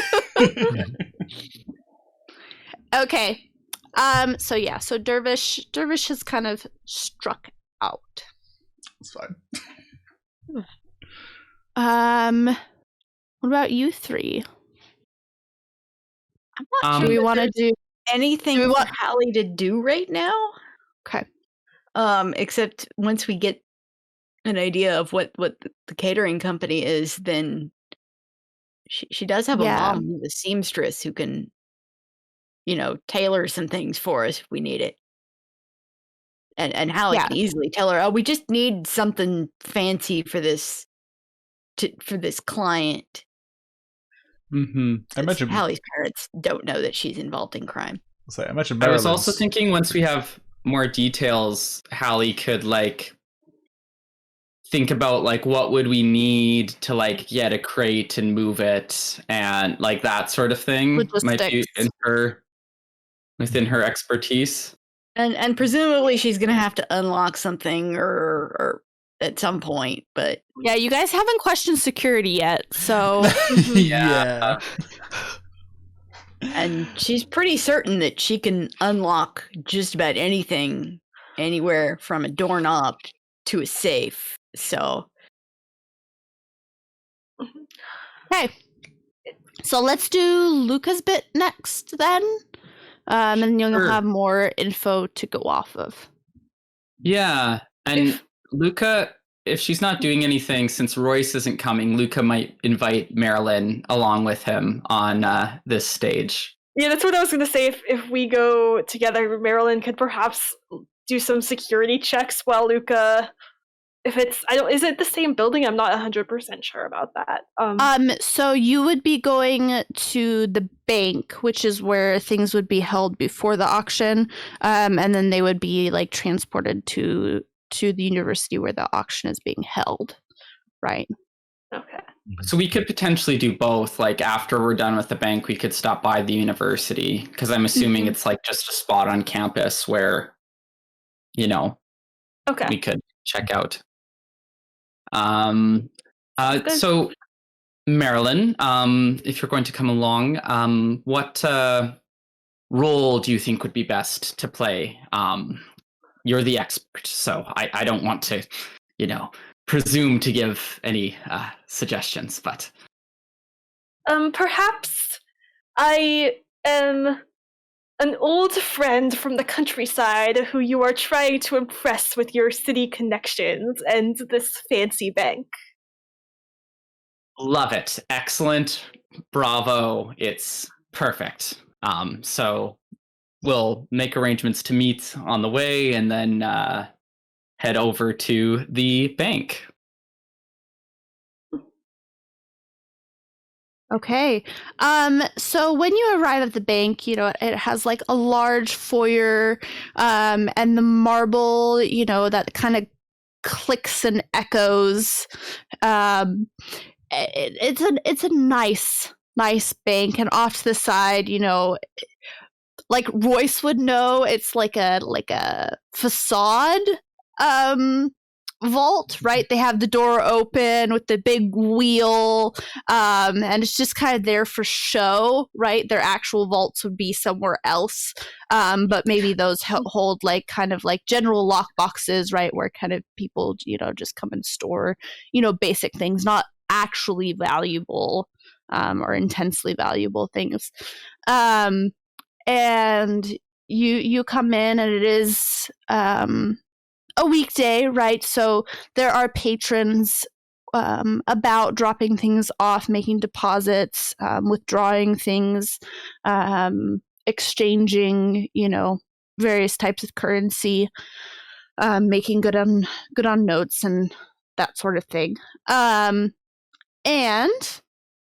a woman comes out to meet you. She is like late 40s, early 50s. Like dirty blonde hair that's kind of tied up in a very like pristine sort of bun. And she has a well-tailored like gown suit, right? It has like a jacket and like, I don't know, like a neck frill, ascot, whatever. Yeah, and then like, a skirt, right? A full skirt. And she comes up to you and she goes, "Oh, having seen you," she comes up to you. She goes, "Oh, Mr. Alariel, how are you today?" I'm doing excellent. Thank you so much for asking. So I'm here on an. As Luka's talking, I'd like to burn Electrum and just see if what he's saying is gonna Go over well. Go over well, yeah. And then if he sees like a bad reaction, he might like kind of switch gears midstream. Okay. So when you start burning that, can I get just like a basic roll, like your first off? So so roll me at like to get kind of just like the general baseline vibe that you're working with to start out with, right? And that could just be at like a challenge of 2. Okay, and which dice would I be rolling my Electrum? So, yeah, you'll roll your Electrum value. So that would be 5. Okay.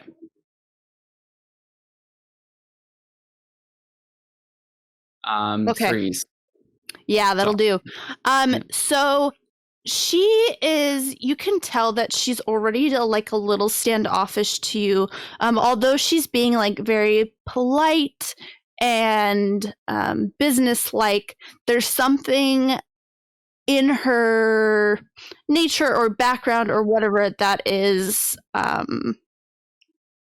distanced from you and not predisposed to help you. So, and do I recognize her in particular or know like her family or anything?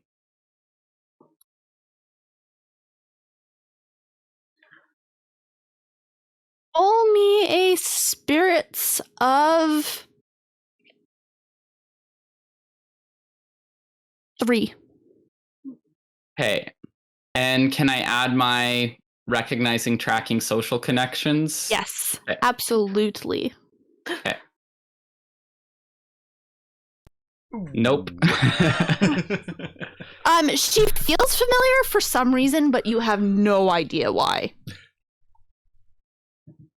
So yeah, Luka will kind of just go on and say, yes, so I'm here on behalf of my grandmother, and kind of sensing the lack of like personal distaste, he's going to try to escalate it, right, to his grandma and say, Adina Lariel, who's very interested in this auction you're putting on. But, my grandmother is a very discerning customer, and she would like to just make sure that, what is being offered is what she's looking for, if that makes sense, so she can best allocate her priorities and her assets. Because as much as she, wants to support the university, she's a great patron of learning and the arts. She'd also like to make sure she's doing so efficiently and allowing her colleagues to have a chance at some of the other items that she might not be as interested in. So I'm just here to gain some information, if you don't mind. Absolutely. Happy to help. Do you have a list of some sort so I can show you to those? Is there anything of particular note that you're interested in on her behalf? Yes, I do, but knowing these things can get competitive, I just want to make sure that what we're looking at will remain confidential between us, yes? Yes, of course. We do pride ourselves on confidentiality.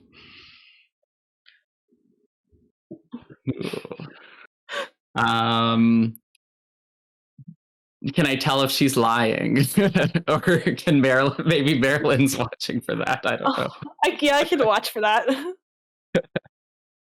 Yeah, so wits.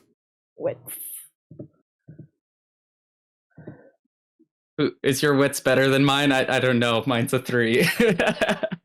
Definitely. I'm just gonna check and see if there's anything I can.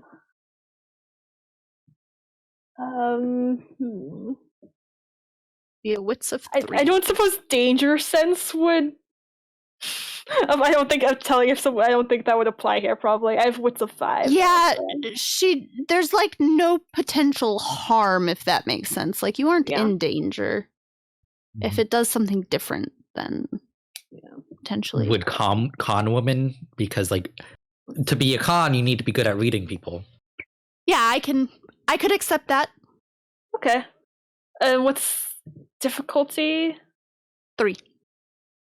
Okay. So many dice. Hey, and a nudge. Okay. So she did get it. I can't see it on mine for some Yes. reason. Oh, Threes mine, and a nudge. Mine takes a little bit longer.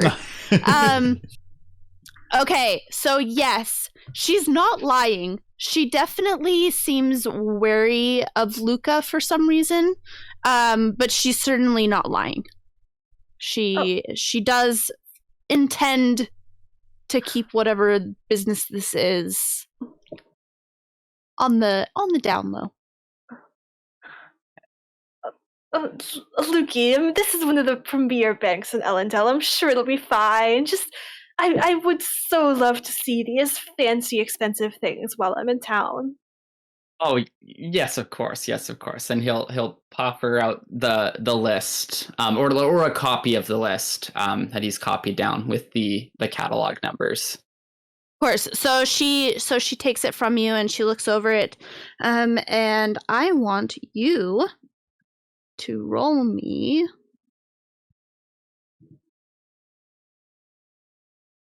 Let me see here. Influence. And this is going to be an influence of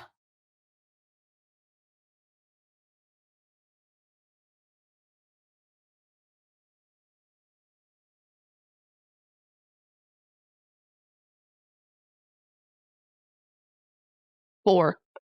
Okay. Can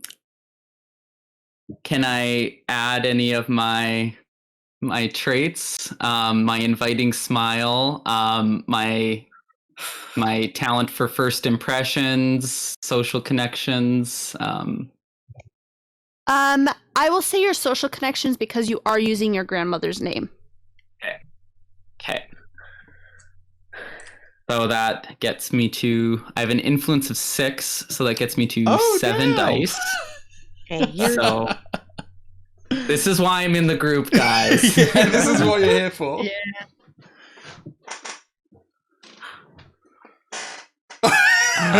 But it's 1 and 2 nudges, though.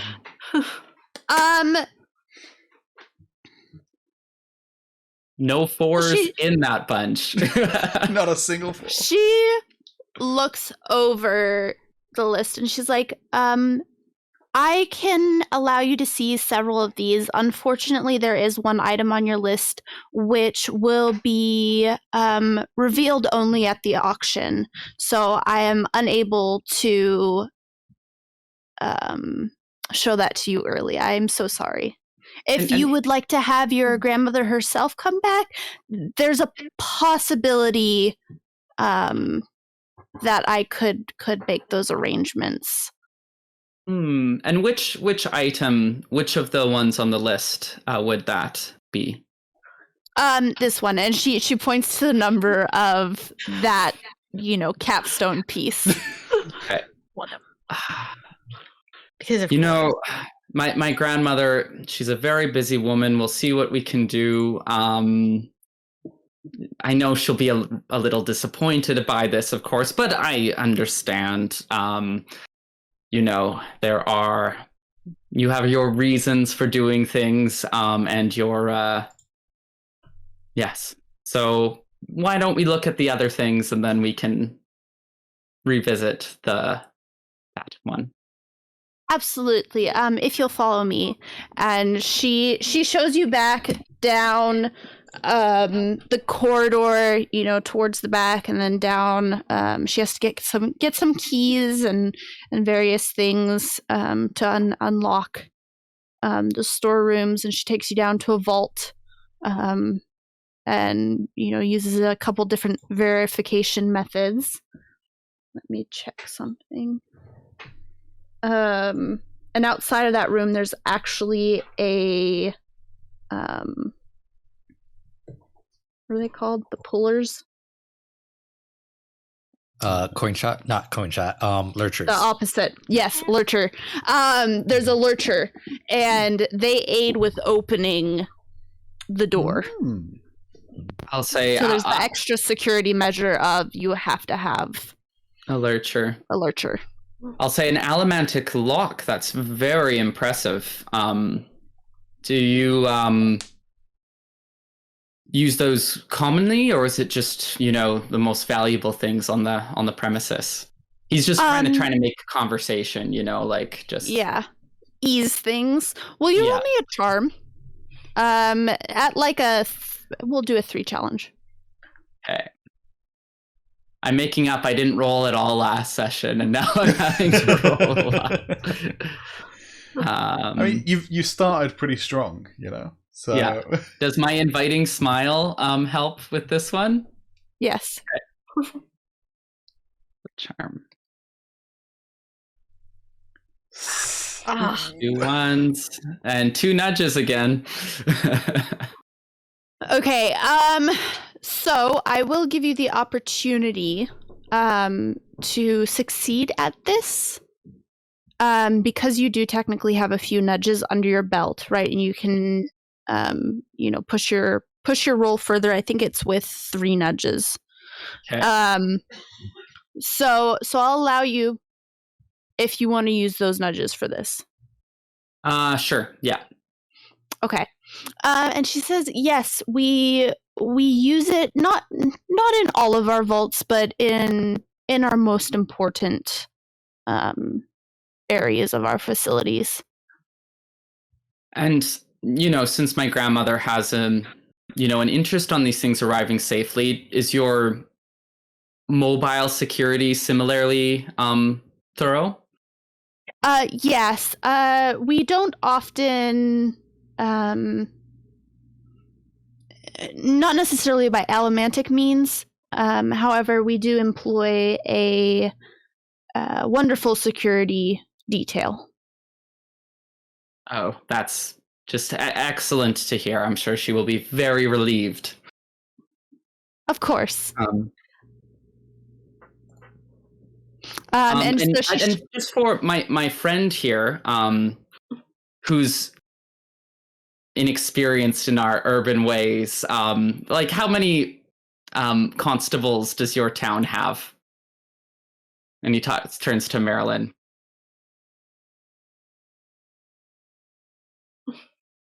Oh, my town of constables. Sorry, Yeah. Only a few. Lawmen, mostly chasing the more exciting outlaws. Nothing like this. We would never have such valuables and out in where I'm from. And then he turns to the banker and just ballpark figure, how many, security detail could you allocate to a simple job like this? Oh, well, to the transport, we'll probably have about perhaps 8 on the detail itself. But the security at the event will be rather high.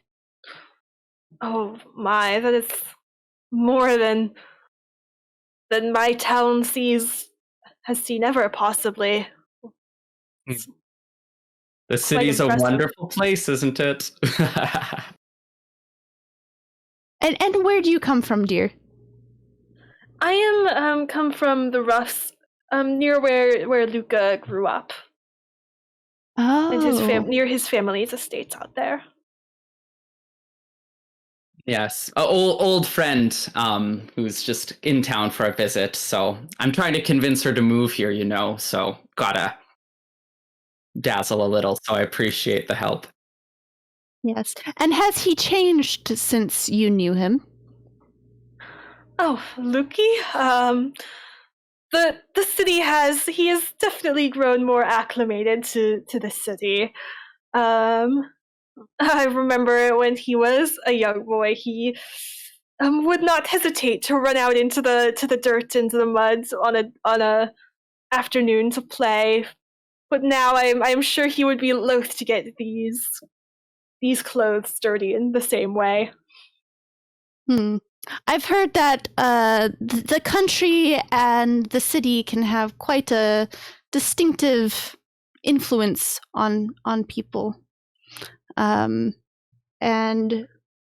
she, then as the door is pulled open, she gestures for you to go inside, and she produces a key. And there's a couple doors around the room, as well as like drawers on the wall. And she goes over to one of the doors and unlocks it and pulls it open. And inside, there are just shelves of books. And they do seem to all be like attached to them on like little metal plates, engraved with numbers. It's some sort of filing system, right? Likely the one that you're aware of, but also attached to the shelves themselves in paper is the bank's filing system. And do the filing systems appear to match? Like, are they using his numbers, or are they? They're not. Okay, and so okay. That's interesting. She understands that, but so your grandmother, right? The list that you gave her would match up with the bank's system, rather than with. And then Aurora gave us the his number system for his system. Yeah. Gotcha. Yeah. But you know which piece the main piece is. Does that make sense? Yeah. Yeah. Mhm. There's metal plates attached to the books, you said? Yeah, they're like little metal, like thin metal bars, right? That have the numbers on it rather than being indicated in some other way. These are like the library ISBN sticker, but metal. Right, exactly, but metal. Yeah, and it's like tacked into the binding of the book, right? metal. Are you sure there won't be some allomancer just able to pull them away during the auction? I would heard such things happen in the city. Allomancers everywhere. She says, yes, it is a potential.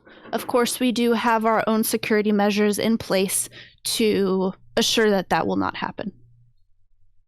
Do you mean smoker, or do you mean seekers or smokers, or people who stalk? Like, you certainly do know a lot about allomancy for being from the Roughs. Oh, I love reading those fantastical tales. Yes, you're a big fan of Allomancer Jack, aren't you? Oh, I love Allomancer Jack. Have you read his latest column? She says, no, I myself do not have time, unfortunately, for such things. But I'm glad that you can engage with such stimulating subject matter. No, that wasn't an insult at all. What did I do?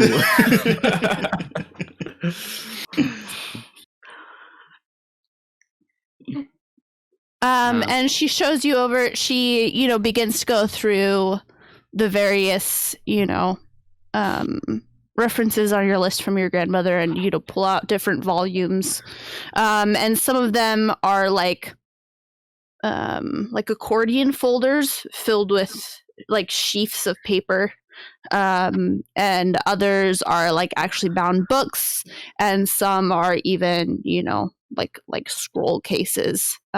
All of them have that same labeling with that number, or with a number right in a little plate.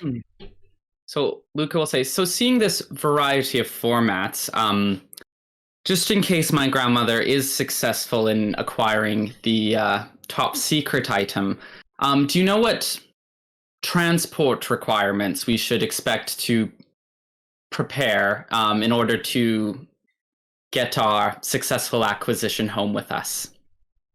Yes, you will need a truck. It is a quite large item. When we originally transported it here, We had to have a team of about 6 horses. It's rather heavy, but I suppose that isn't odd for books. And is it, just in case it would be easier to split it up, is it loose papers like these billows, or is it bound volumes? I am unfortunately unable to divulge that information. Oh, of course. But we'll be prepared with a truck that can, and it will all be in one. Certainly, package. And yes, and if you and your grandmother are unable to provide a truck, we are certain that we can provide one, especially with the security involved to transport it. Of course, your grandmother might wish that it stays with us at the bank, and she is welcome to visit the techs whenever she wishes. Yes, we'll get her preferences from her before the event, but certainly. I appreciate having the information available that she can consider her many options.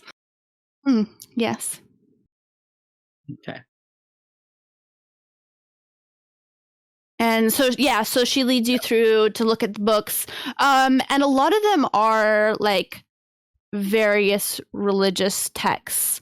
Some are like a little bit more political or historical in nature, but they do lean quite heavily to references of the Catacendre and even like the religion of the survivor and, just, those sorts of things, as well as,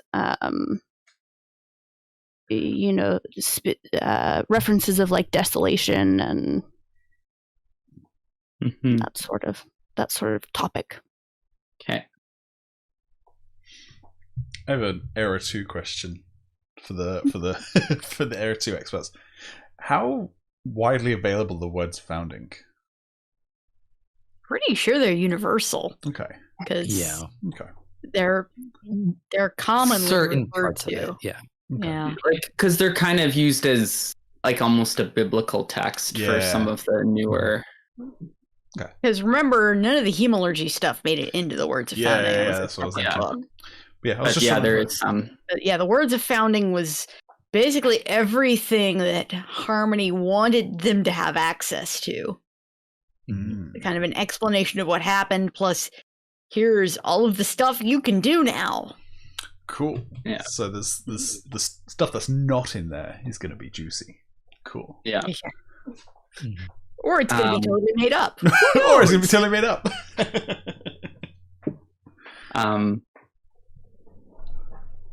Yeah. I don't think there's anything else for us to do at the bank. Is there? There's one other option that you have not explored, but I do not know if you want to explore that. I don't think we want to try to break in and see the text if that's what you're suggesting. No, I was suggesting that. I did think of. Go ahead. I was suggesting that perhaps Marelyn use her skills. Oh, I do not trust that this bank 100% has some kind of seekers, or I do not want to risk it. Okay. Fair enough. Have a smoker amongst our number. On the way out, Luka will ask, without naming names, of course, I would never assume anyone would name names. Do you expect my grandmother to have some competition for any of these items? I do. Okay. There have been a small handful of folks like yourself who have come by in attempt to view the items before their sale. And as for your grandmother, I've offered a couple of them viewing because they are of a powerful enough nature to warrant that. There have been others, though, that I have had to turn away that were not on my pre-approved list. Yes. Well, my grandbrother certainly appreciates your institution's discernment, and she, has discerning taste herself. So it's not surprising that the objects she's interested in are might be somewhat sought after by others. Of course, of course. Mm-hmm. So. I'm gonna give a loud sigh and be like, come on, Luki, you promised me some sort of adventure and excitement while I was here in town. This is far more boring than I expected a trip to a secret bank vault to be. Well, I can't help that, some things are off limits, unfortunately, but we can certainly find something else to do. Marelyn, roll me a charm. Sure. Okay. And this will be at a 4.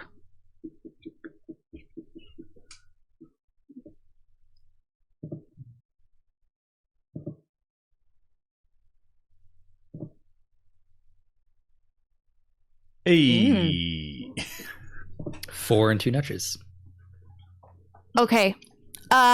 So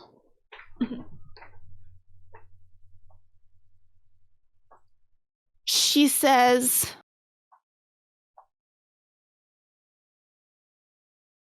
well,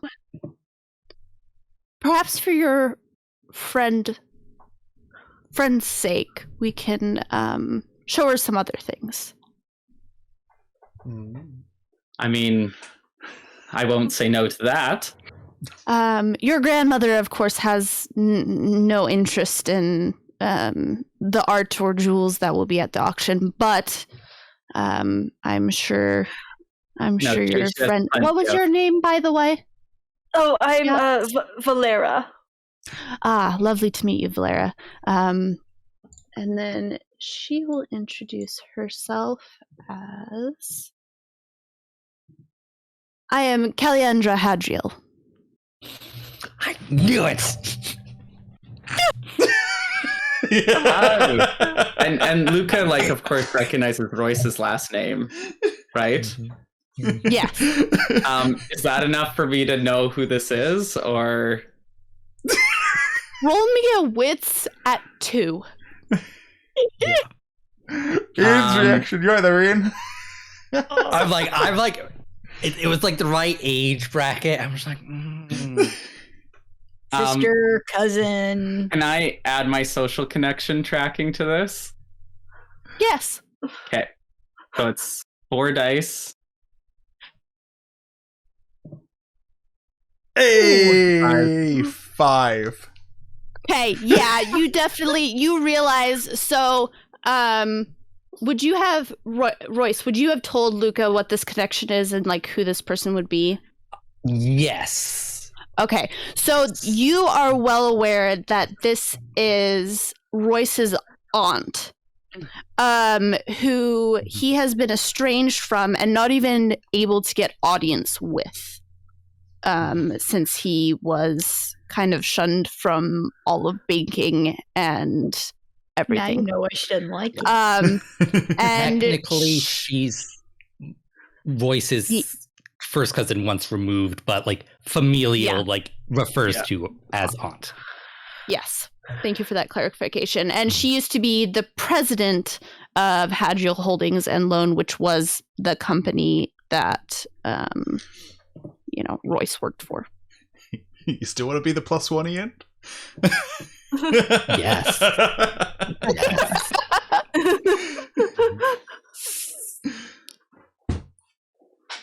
And she says, yes, let's show you down to some of the other more interesting objects than just these rather useless books. And she guides you back in and opens up one of the other doors, and inside, hanging on the walls, are several gorgeous paintings.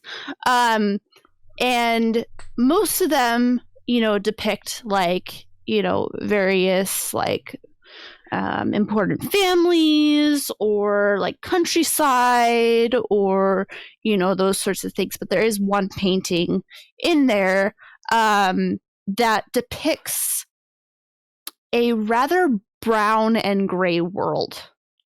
It is, just kind of gloomy, and all the plants like seem to be dead despite growing, and the background seems to be filled with fog and mist, and it's just a very foreign feeling to this painting.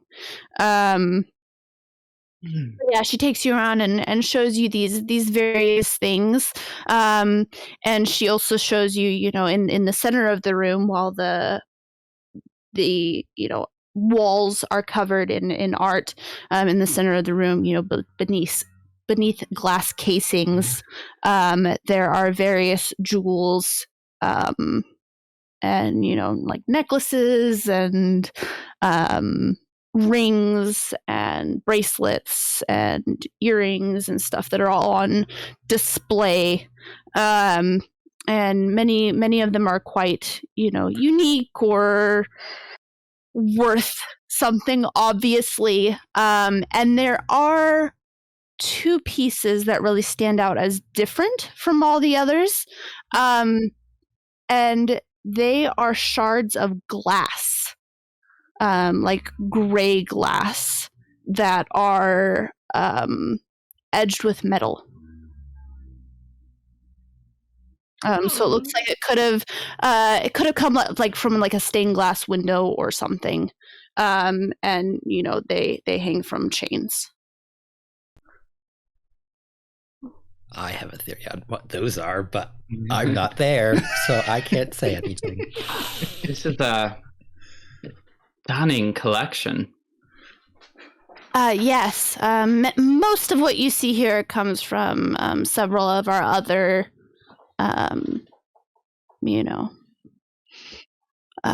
closures and estates, and various things that we've had to unfortunately recollect from their owners, and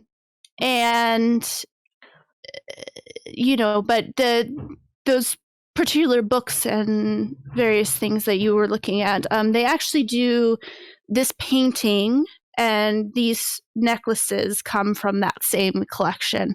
It's such an odd,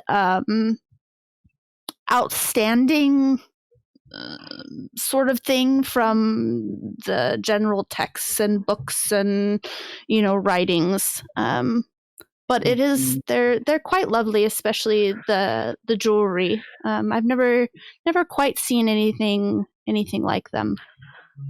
And will all of these be sold at the auction as well? Yes, these are included in that.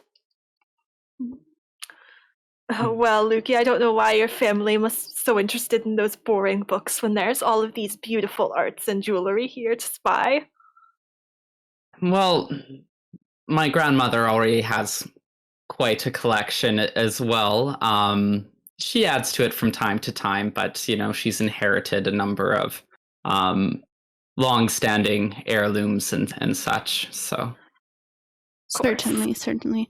Oh, and I did fail to mention, which she might have interest in, the fellow that who owned most of the writings, and such things.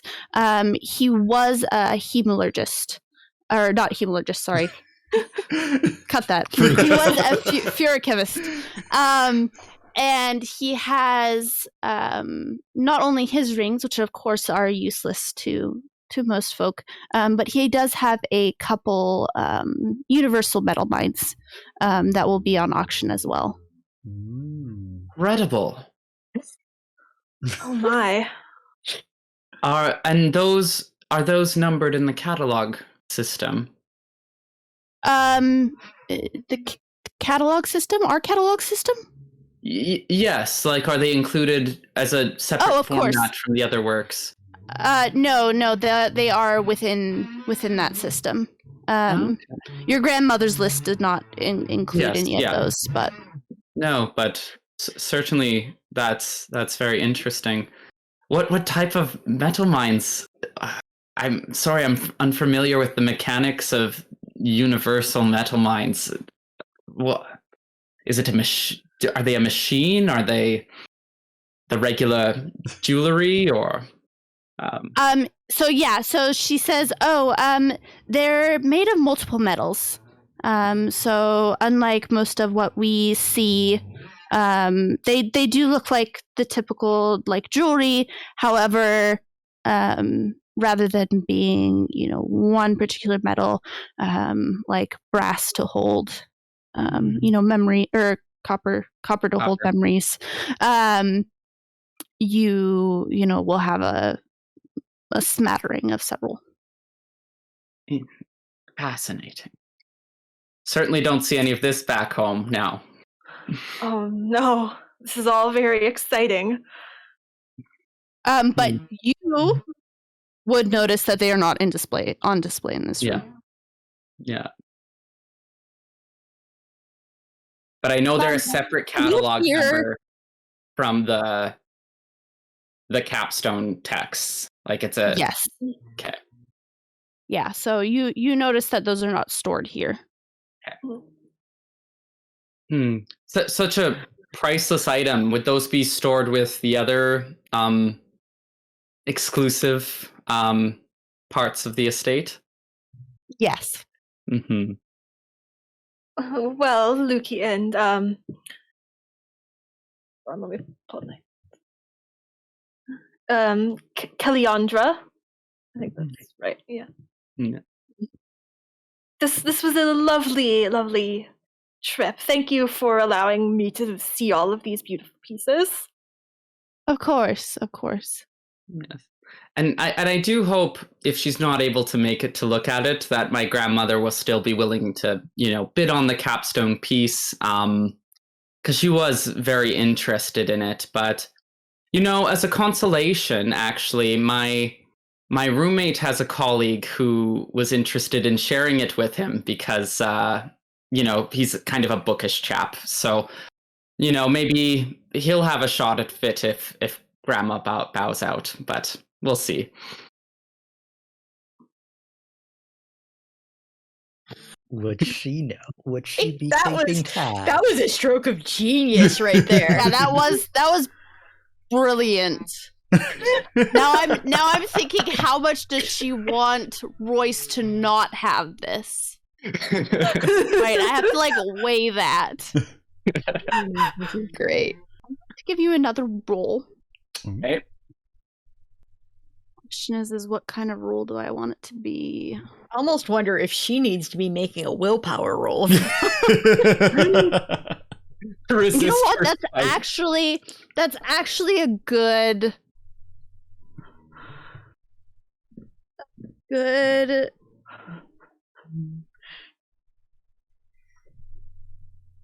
could have suggestion. So yeah, let's do a contest rather than a straight roll. So she will roll her.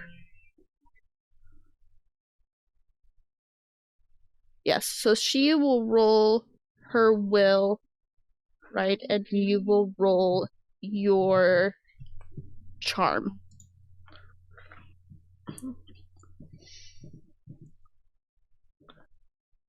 I'm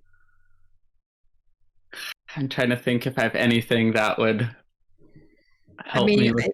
I do feel like you ought to have an opportunity to boost that because willpower is a lot. You're generally a lot bigger than a single thing. I think using my name should get him a die. Yeah, I'll be willing to say that. That's situationally.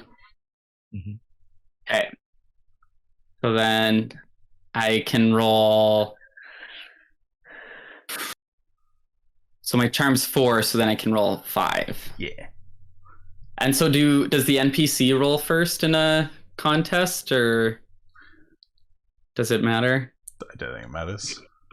Yeah. Yeah, I don't think it matters. I just As long as you let don't me roll at the check. same time. We don't know what will that do to the dice roller.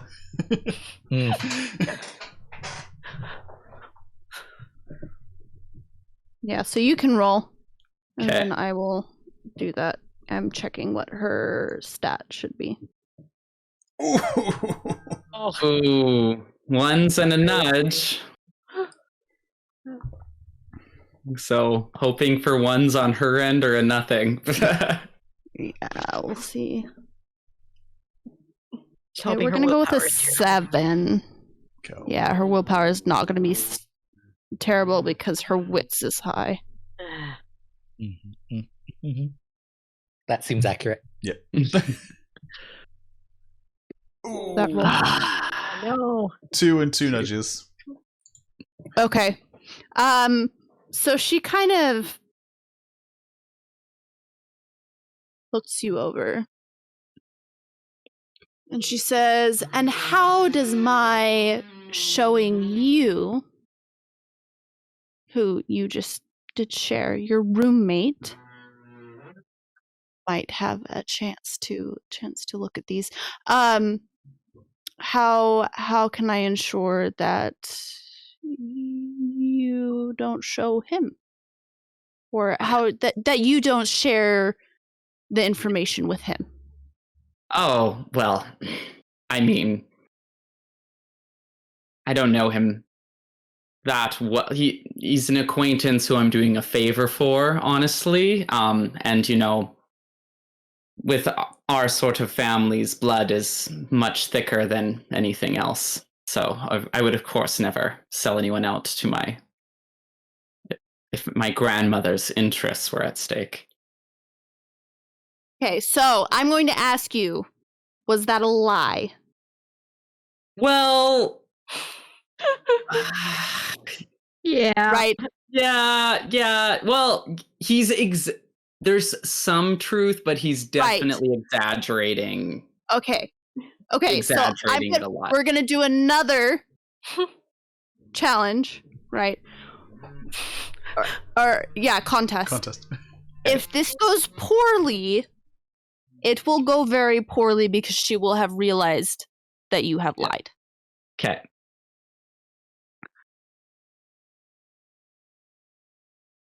Okay. And I get to do 5 again? Yes. Okay. The beat a 3. That'd be a 3. And a nudge. And a nudge.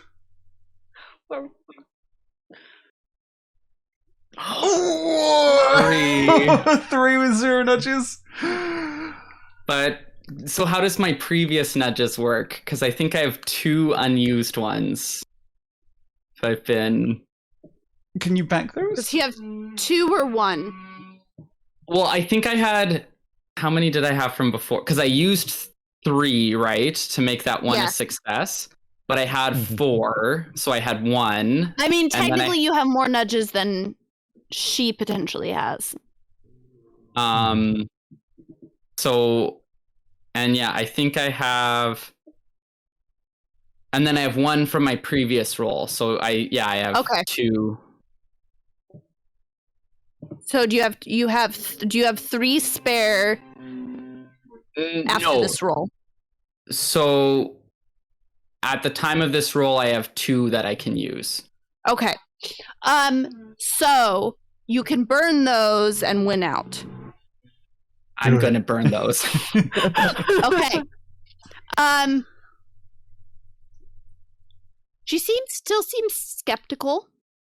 Mm-hmm. But this is a chance she's willing to take. Okay. And she says, "I cannot show you the item itself. However, I can show you the crate that it is stored in, as well as the metal mines, if that is of interest to you." Well, my grandmother's mind is her own. I can't promise anything, right? But of course, she always appreciates information on which to make an informed decision. Yes, perhaps the metal mines will be of interest to your grandmother, as we have discovered that they, as well as a few other things, have been, it seems to be paired with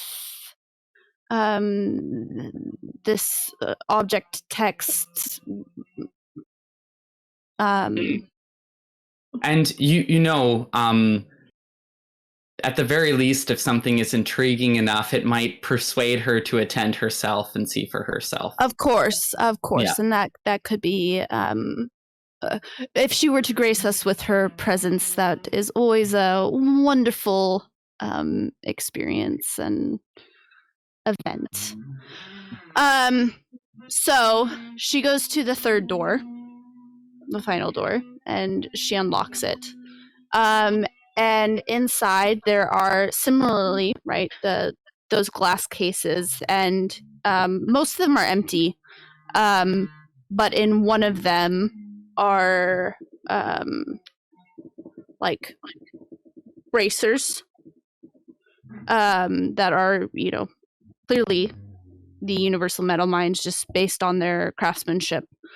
And then leaned up against the back wall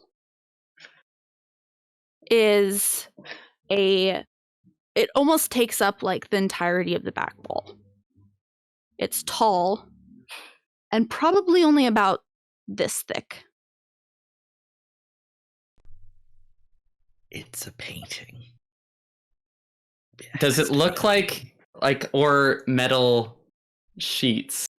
Like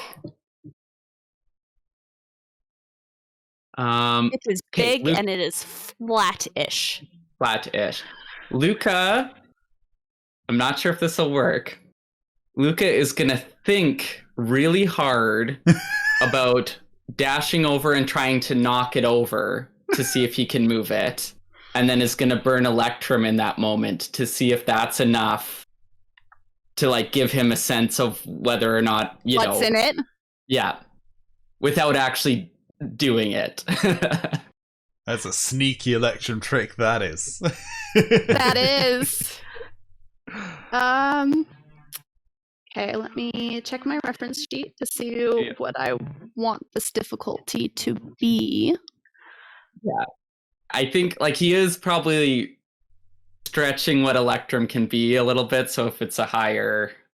Oh, for sure. And it is going to be higher. I'm just trying to see if it's like a 4 or a 5. Okay. Yeah, we'll put it at 4. Okay. So, and I can roll 5 dice for that, because it's my Electrum rating. Mm-hmm.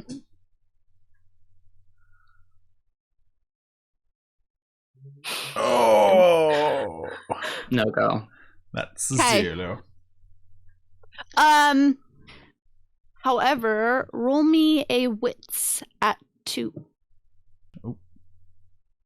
Hey! Now you get a pair of 5s. Hey! Okay, so it could be a painting, given its size and depth. However, one, why is it not in the painting room, right? Yeah. Other than the fact that it's, sizable and whatever. But you remember that Adora said it was very heavy. Okay. Okay. Wait, hold up. Is this the text? Is she showing you the text right now? Oh, damn. The crate. Great for the text. The crate for the text. Yeah. Oh my god. Okay. So yeah, Luka's gonna say... one of the Lord Ruler's old plaques? Yeah. or something from... Because they didn't find the ball in the books, right? Did they find it? Yeah. Well, and they're still... Things. The caverns were preserved too. So like... Yeah. Oh, and then the conventicle of Seran just had buttloads of them. Like, that's how the Inquisitors just wrote things. It could be a lot of Oh, things. man. Spicy. This is...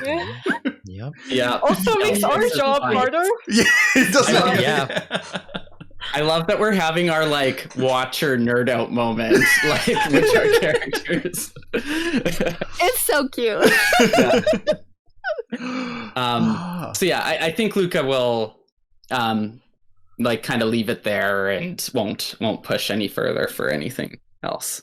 What if it's an instruction manual on how to... No, Yeah. Inquisitor building instruction manual. That would be horrifying. I mean, Rule 1. I'll just sit over here with my little GM smirk. yeah. You know it's what a great it is. feeling being on that side of the screen. Like it's Oh, absolutely. nothing quite like it. Oh man, guys, we need to succeed at this. I'm so curious. Mm-hmm.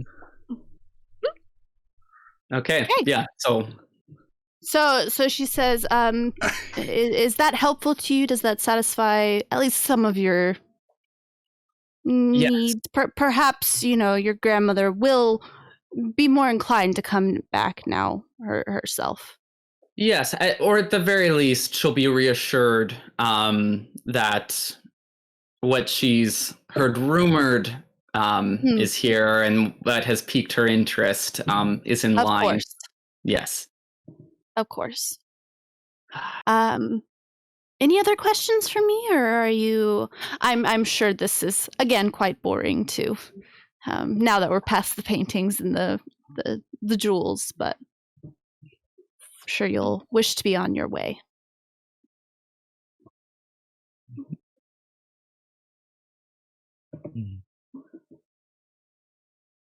Okay. And so she escorts you out, and as you're leaving, she says, "Do say hello to your roommate for me." Oh, of course. Yes, I will. And have a wonderful correctly. day. Come now, Luki, you must show me the best lunch spot in Ellendale. Well, there's so many to choose from, but we'll maybe lunch somewhere and then drinks after some. And he's just kind of gonna make small talk on the way out. Yep. I just So how realized are you all feeling? your research break. I thought you were Googling how big crates were, but you weren't. You were looking up how big the plates in the books were. Yes.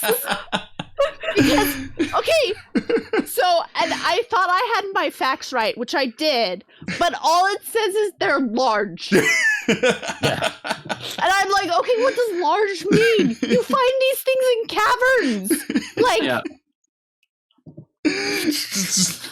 Large. and I was like, okay, well, I mean, I guess I'll ask to make sure, and that's the answer I got back to was large.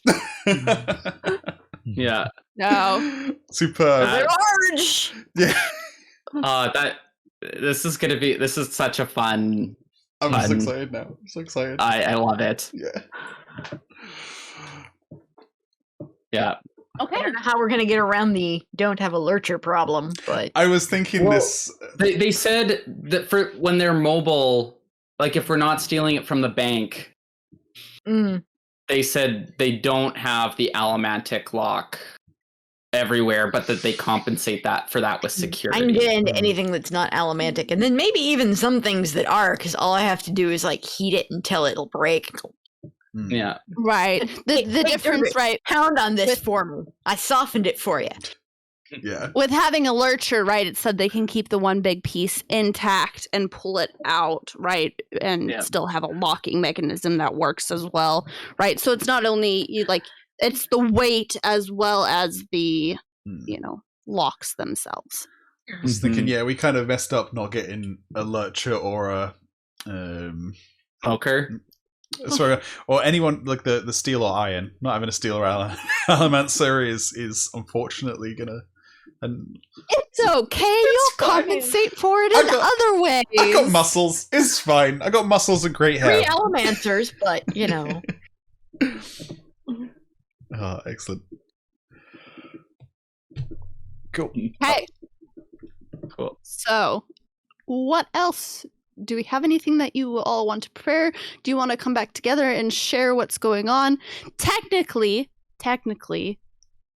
you guys have meta knowledge on what these are. Yes. Yeah, On our what this thing characters is. have no idea. But your characters Not a clue. Yeah, so like we know it's something heavy. It's and from the shape we know it's probably not traditional books. It's Mhm. like It looks like a painting box, right? Something you would ship a painting in. But it is big and heavy. But we don't necessarily know the significant. Like it could be like a stained glass window even, or like Sure. yeah. It could be a really, really big scroll. Yeah, like a framed. That's true. It could be like a large sheet. It could be something in a big protective casing. Yeah. So I was going to say, so we need the catering. So we need to make sure we get the catering company and make sure they have a truck. And figure out what their uniforms look like, and we can probably get stuff fairly cheap and then tailor them to match and fit us. Okay, so the final thing that we're doing is Luka and Marelyn are going to look at the catering stuff. Yeah, I think they're checking out the auction house and finding out who caterers they're using. Okay, sounds good. So you would find out or know from your invitation that the auction house is actually the auction hall, or the room that they're using for this event is actually an auditorium at one of the colleges, off of, kind of like a ballroom sort of area. And you find this out from Luka's invitation that he has. And so you contact or go to the school itself, and do some diving. And while you're there, I would like for you to roll me, Grace, roll me a charm at 2. Okay. Nope. Alas. Can I spend some nudges to push that up? Potentially, yes. Do you have 3 nudges from this session? Yes, I definitely do. Okay. In that case, yes, you can nudge that up. So you do find out who the catering company is, and it is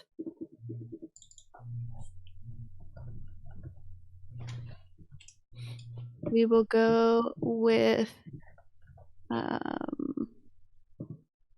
Ilarial Fine Dining catering company.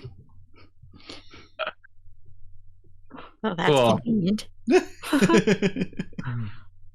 Yeah. So Luka will know their finery very well. Very much so. And it's kind of like, I mean, they're a fine dining catering company, right? It's like essentially it's what your family uses for all of their events, and they own it, and sometimes it's get us actual uniforms without anyone. Yeah, sometimes it's leased out for other things, but it's obvious that maybe your grandmother is donating the service, or whatever, to get in good graces, or that kind of thing. Okay. And then okay, one of you two, I want you to roll me a spirits roll at a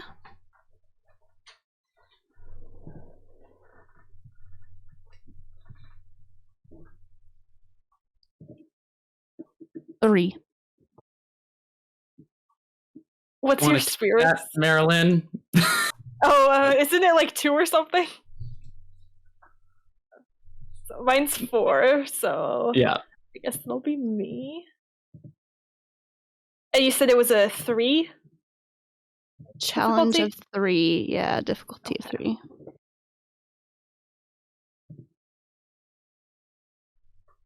Oof. Ooh. Nope. Nothing. Fortunate. Luka, I will allow you to try. Okay. I don't know what this is. None of my stuff helps, though, I assume. Okay. Oh no. Let's see. Wait. Your name being Does being a Ariel? university student help? Or Yeah, actually, I'll have you. No, not the Let's see.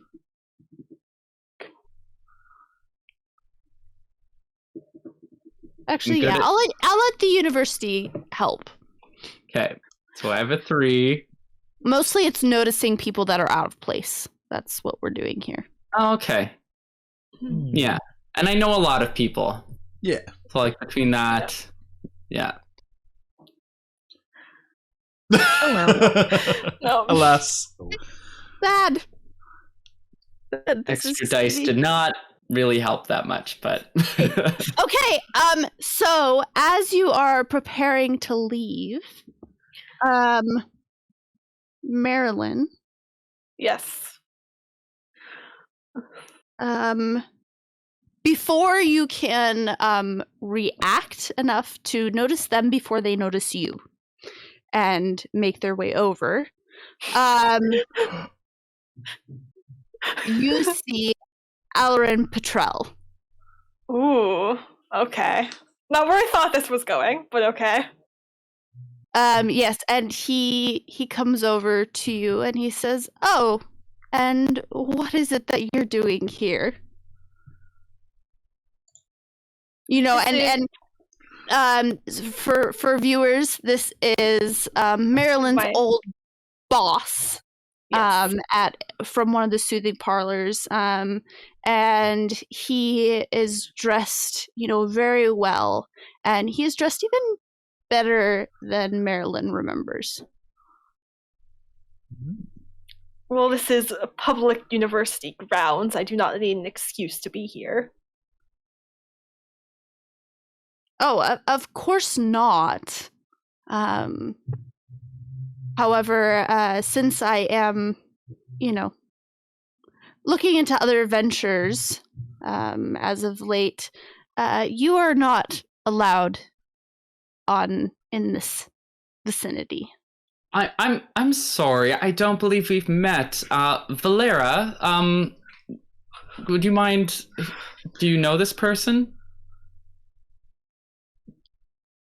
Valera, is it?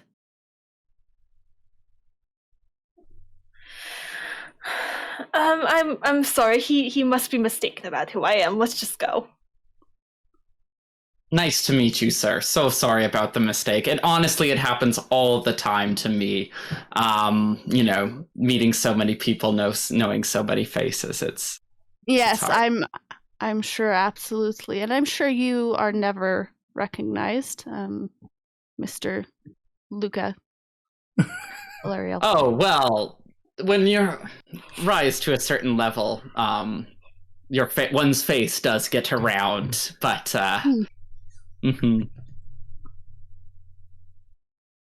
And I believe you are on the guest list for the event that is being set up in this room this weekend. Of Is that course. why you're here? I wouldn't. Well, I wouldn't miss it. Among other things, chatting with people, seeing who's around. Of course. And maybe you'll bring your lovely. Is it Valera? Is that what he was calling you? Well, I'm not sure how long she's going to be in town, but she's among people I've met, so. Of course. Someone with your connections must keep such varied company.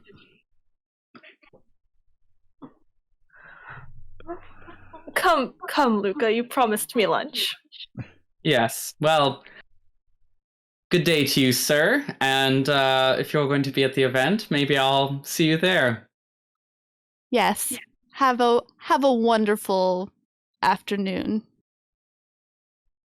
And you part ways. Well, that was worrying. I love. I no. I'm betting that his assumption is that Luka is a new mark for Marelyn. That was well played. That was That's what well I'm played. hoping. Yeah, that was really well played. But oh boy.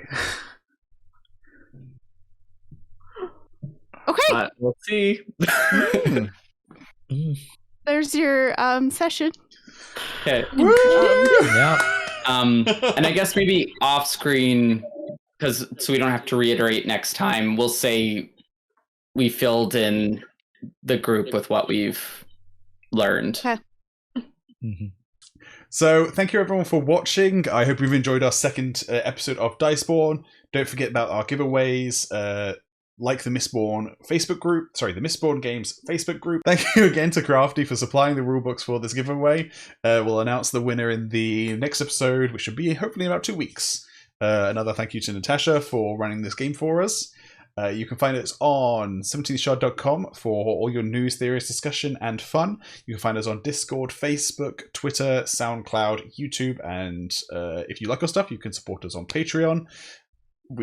The session 0 for this campaign is released on there, so you can go watch that on there.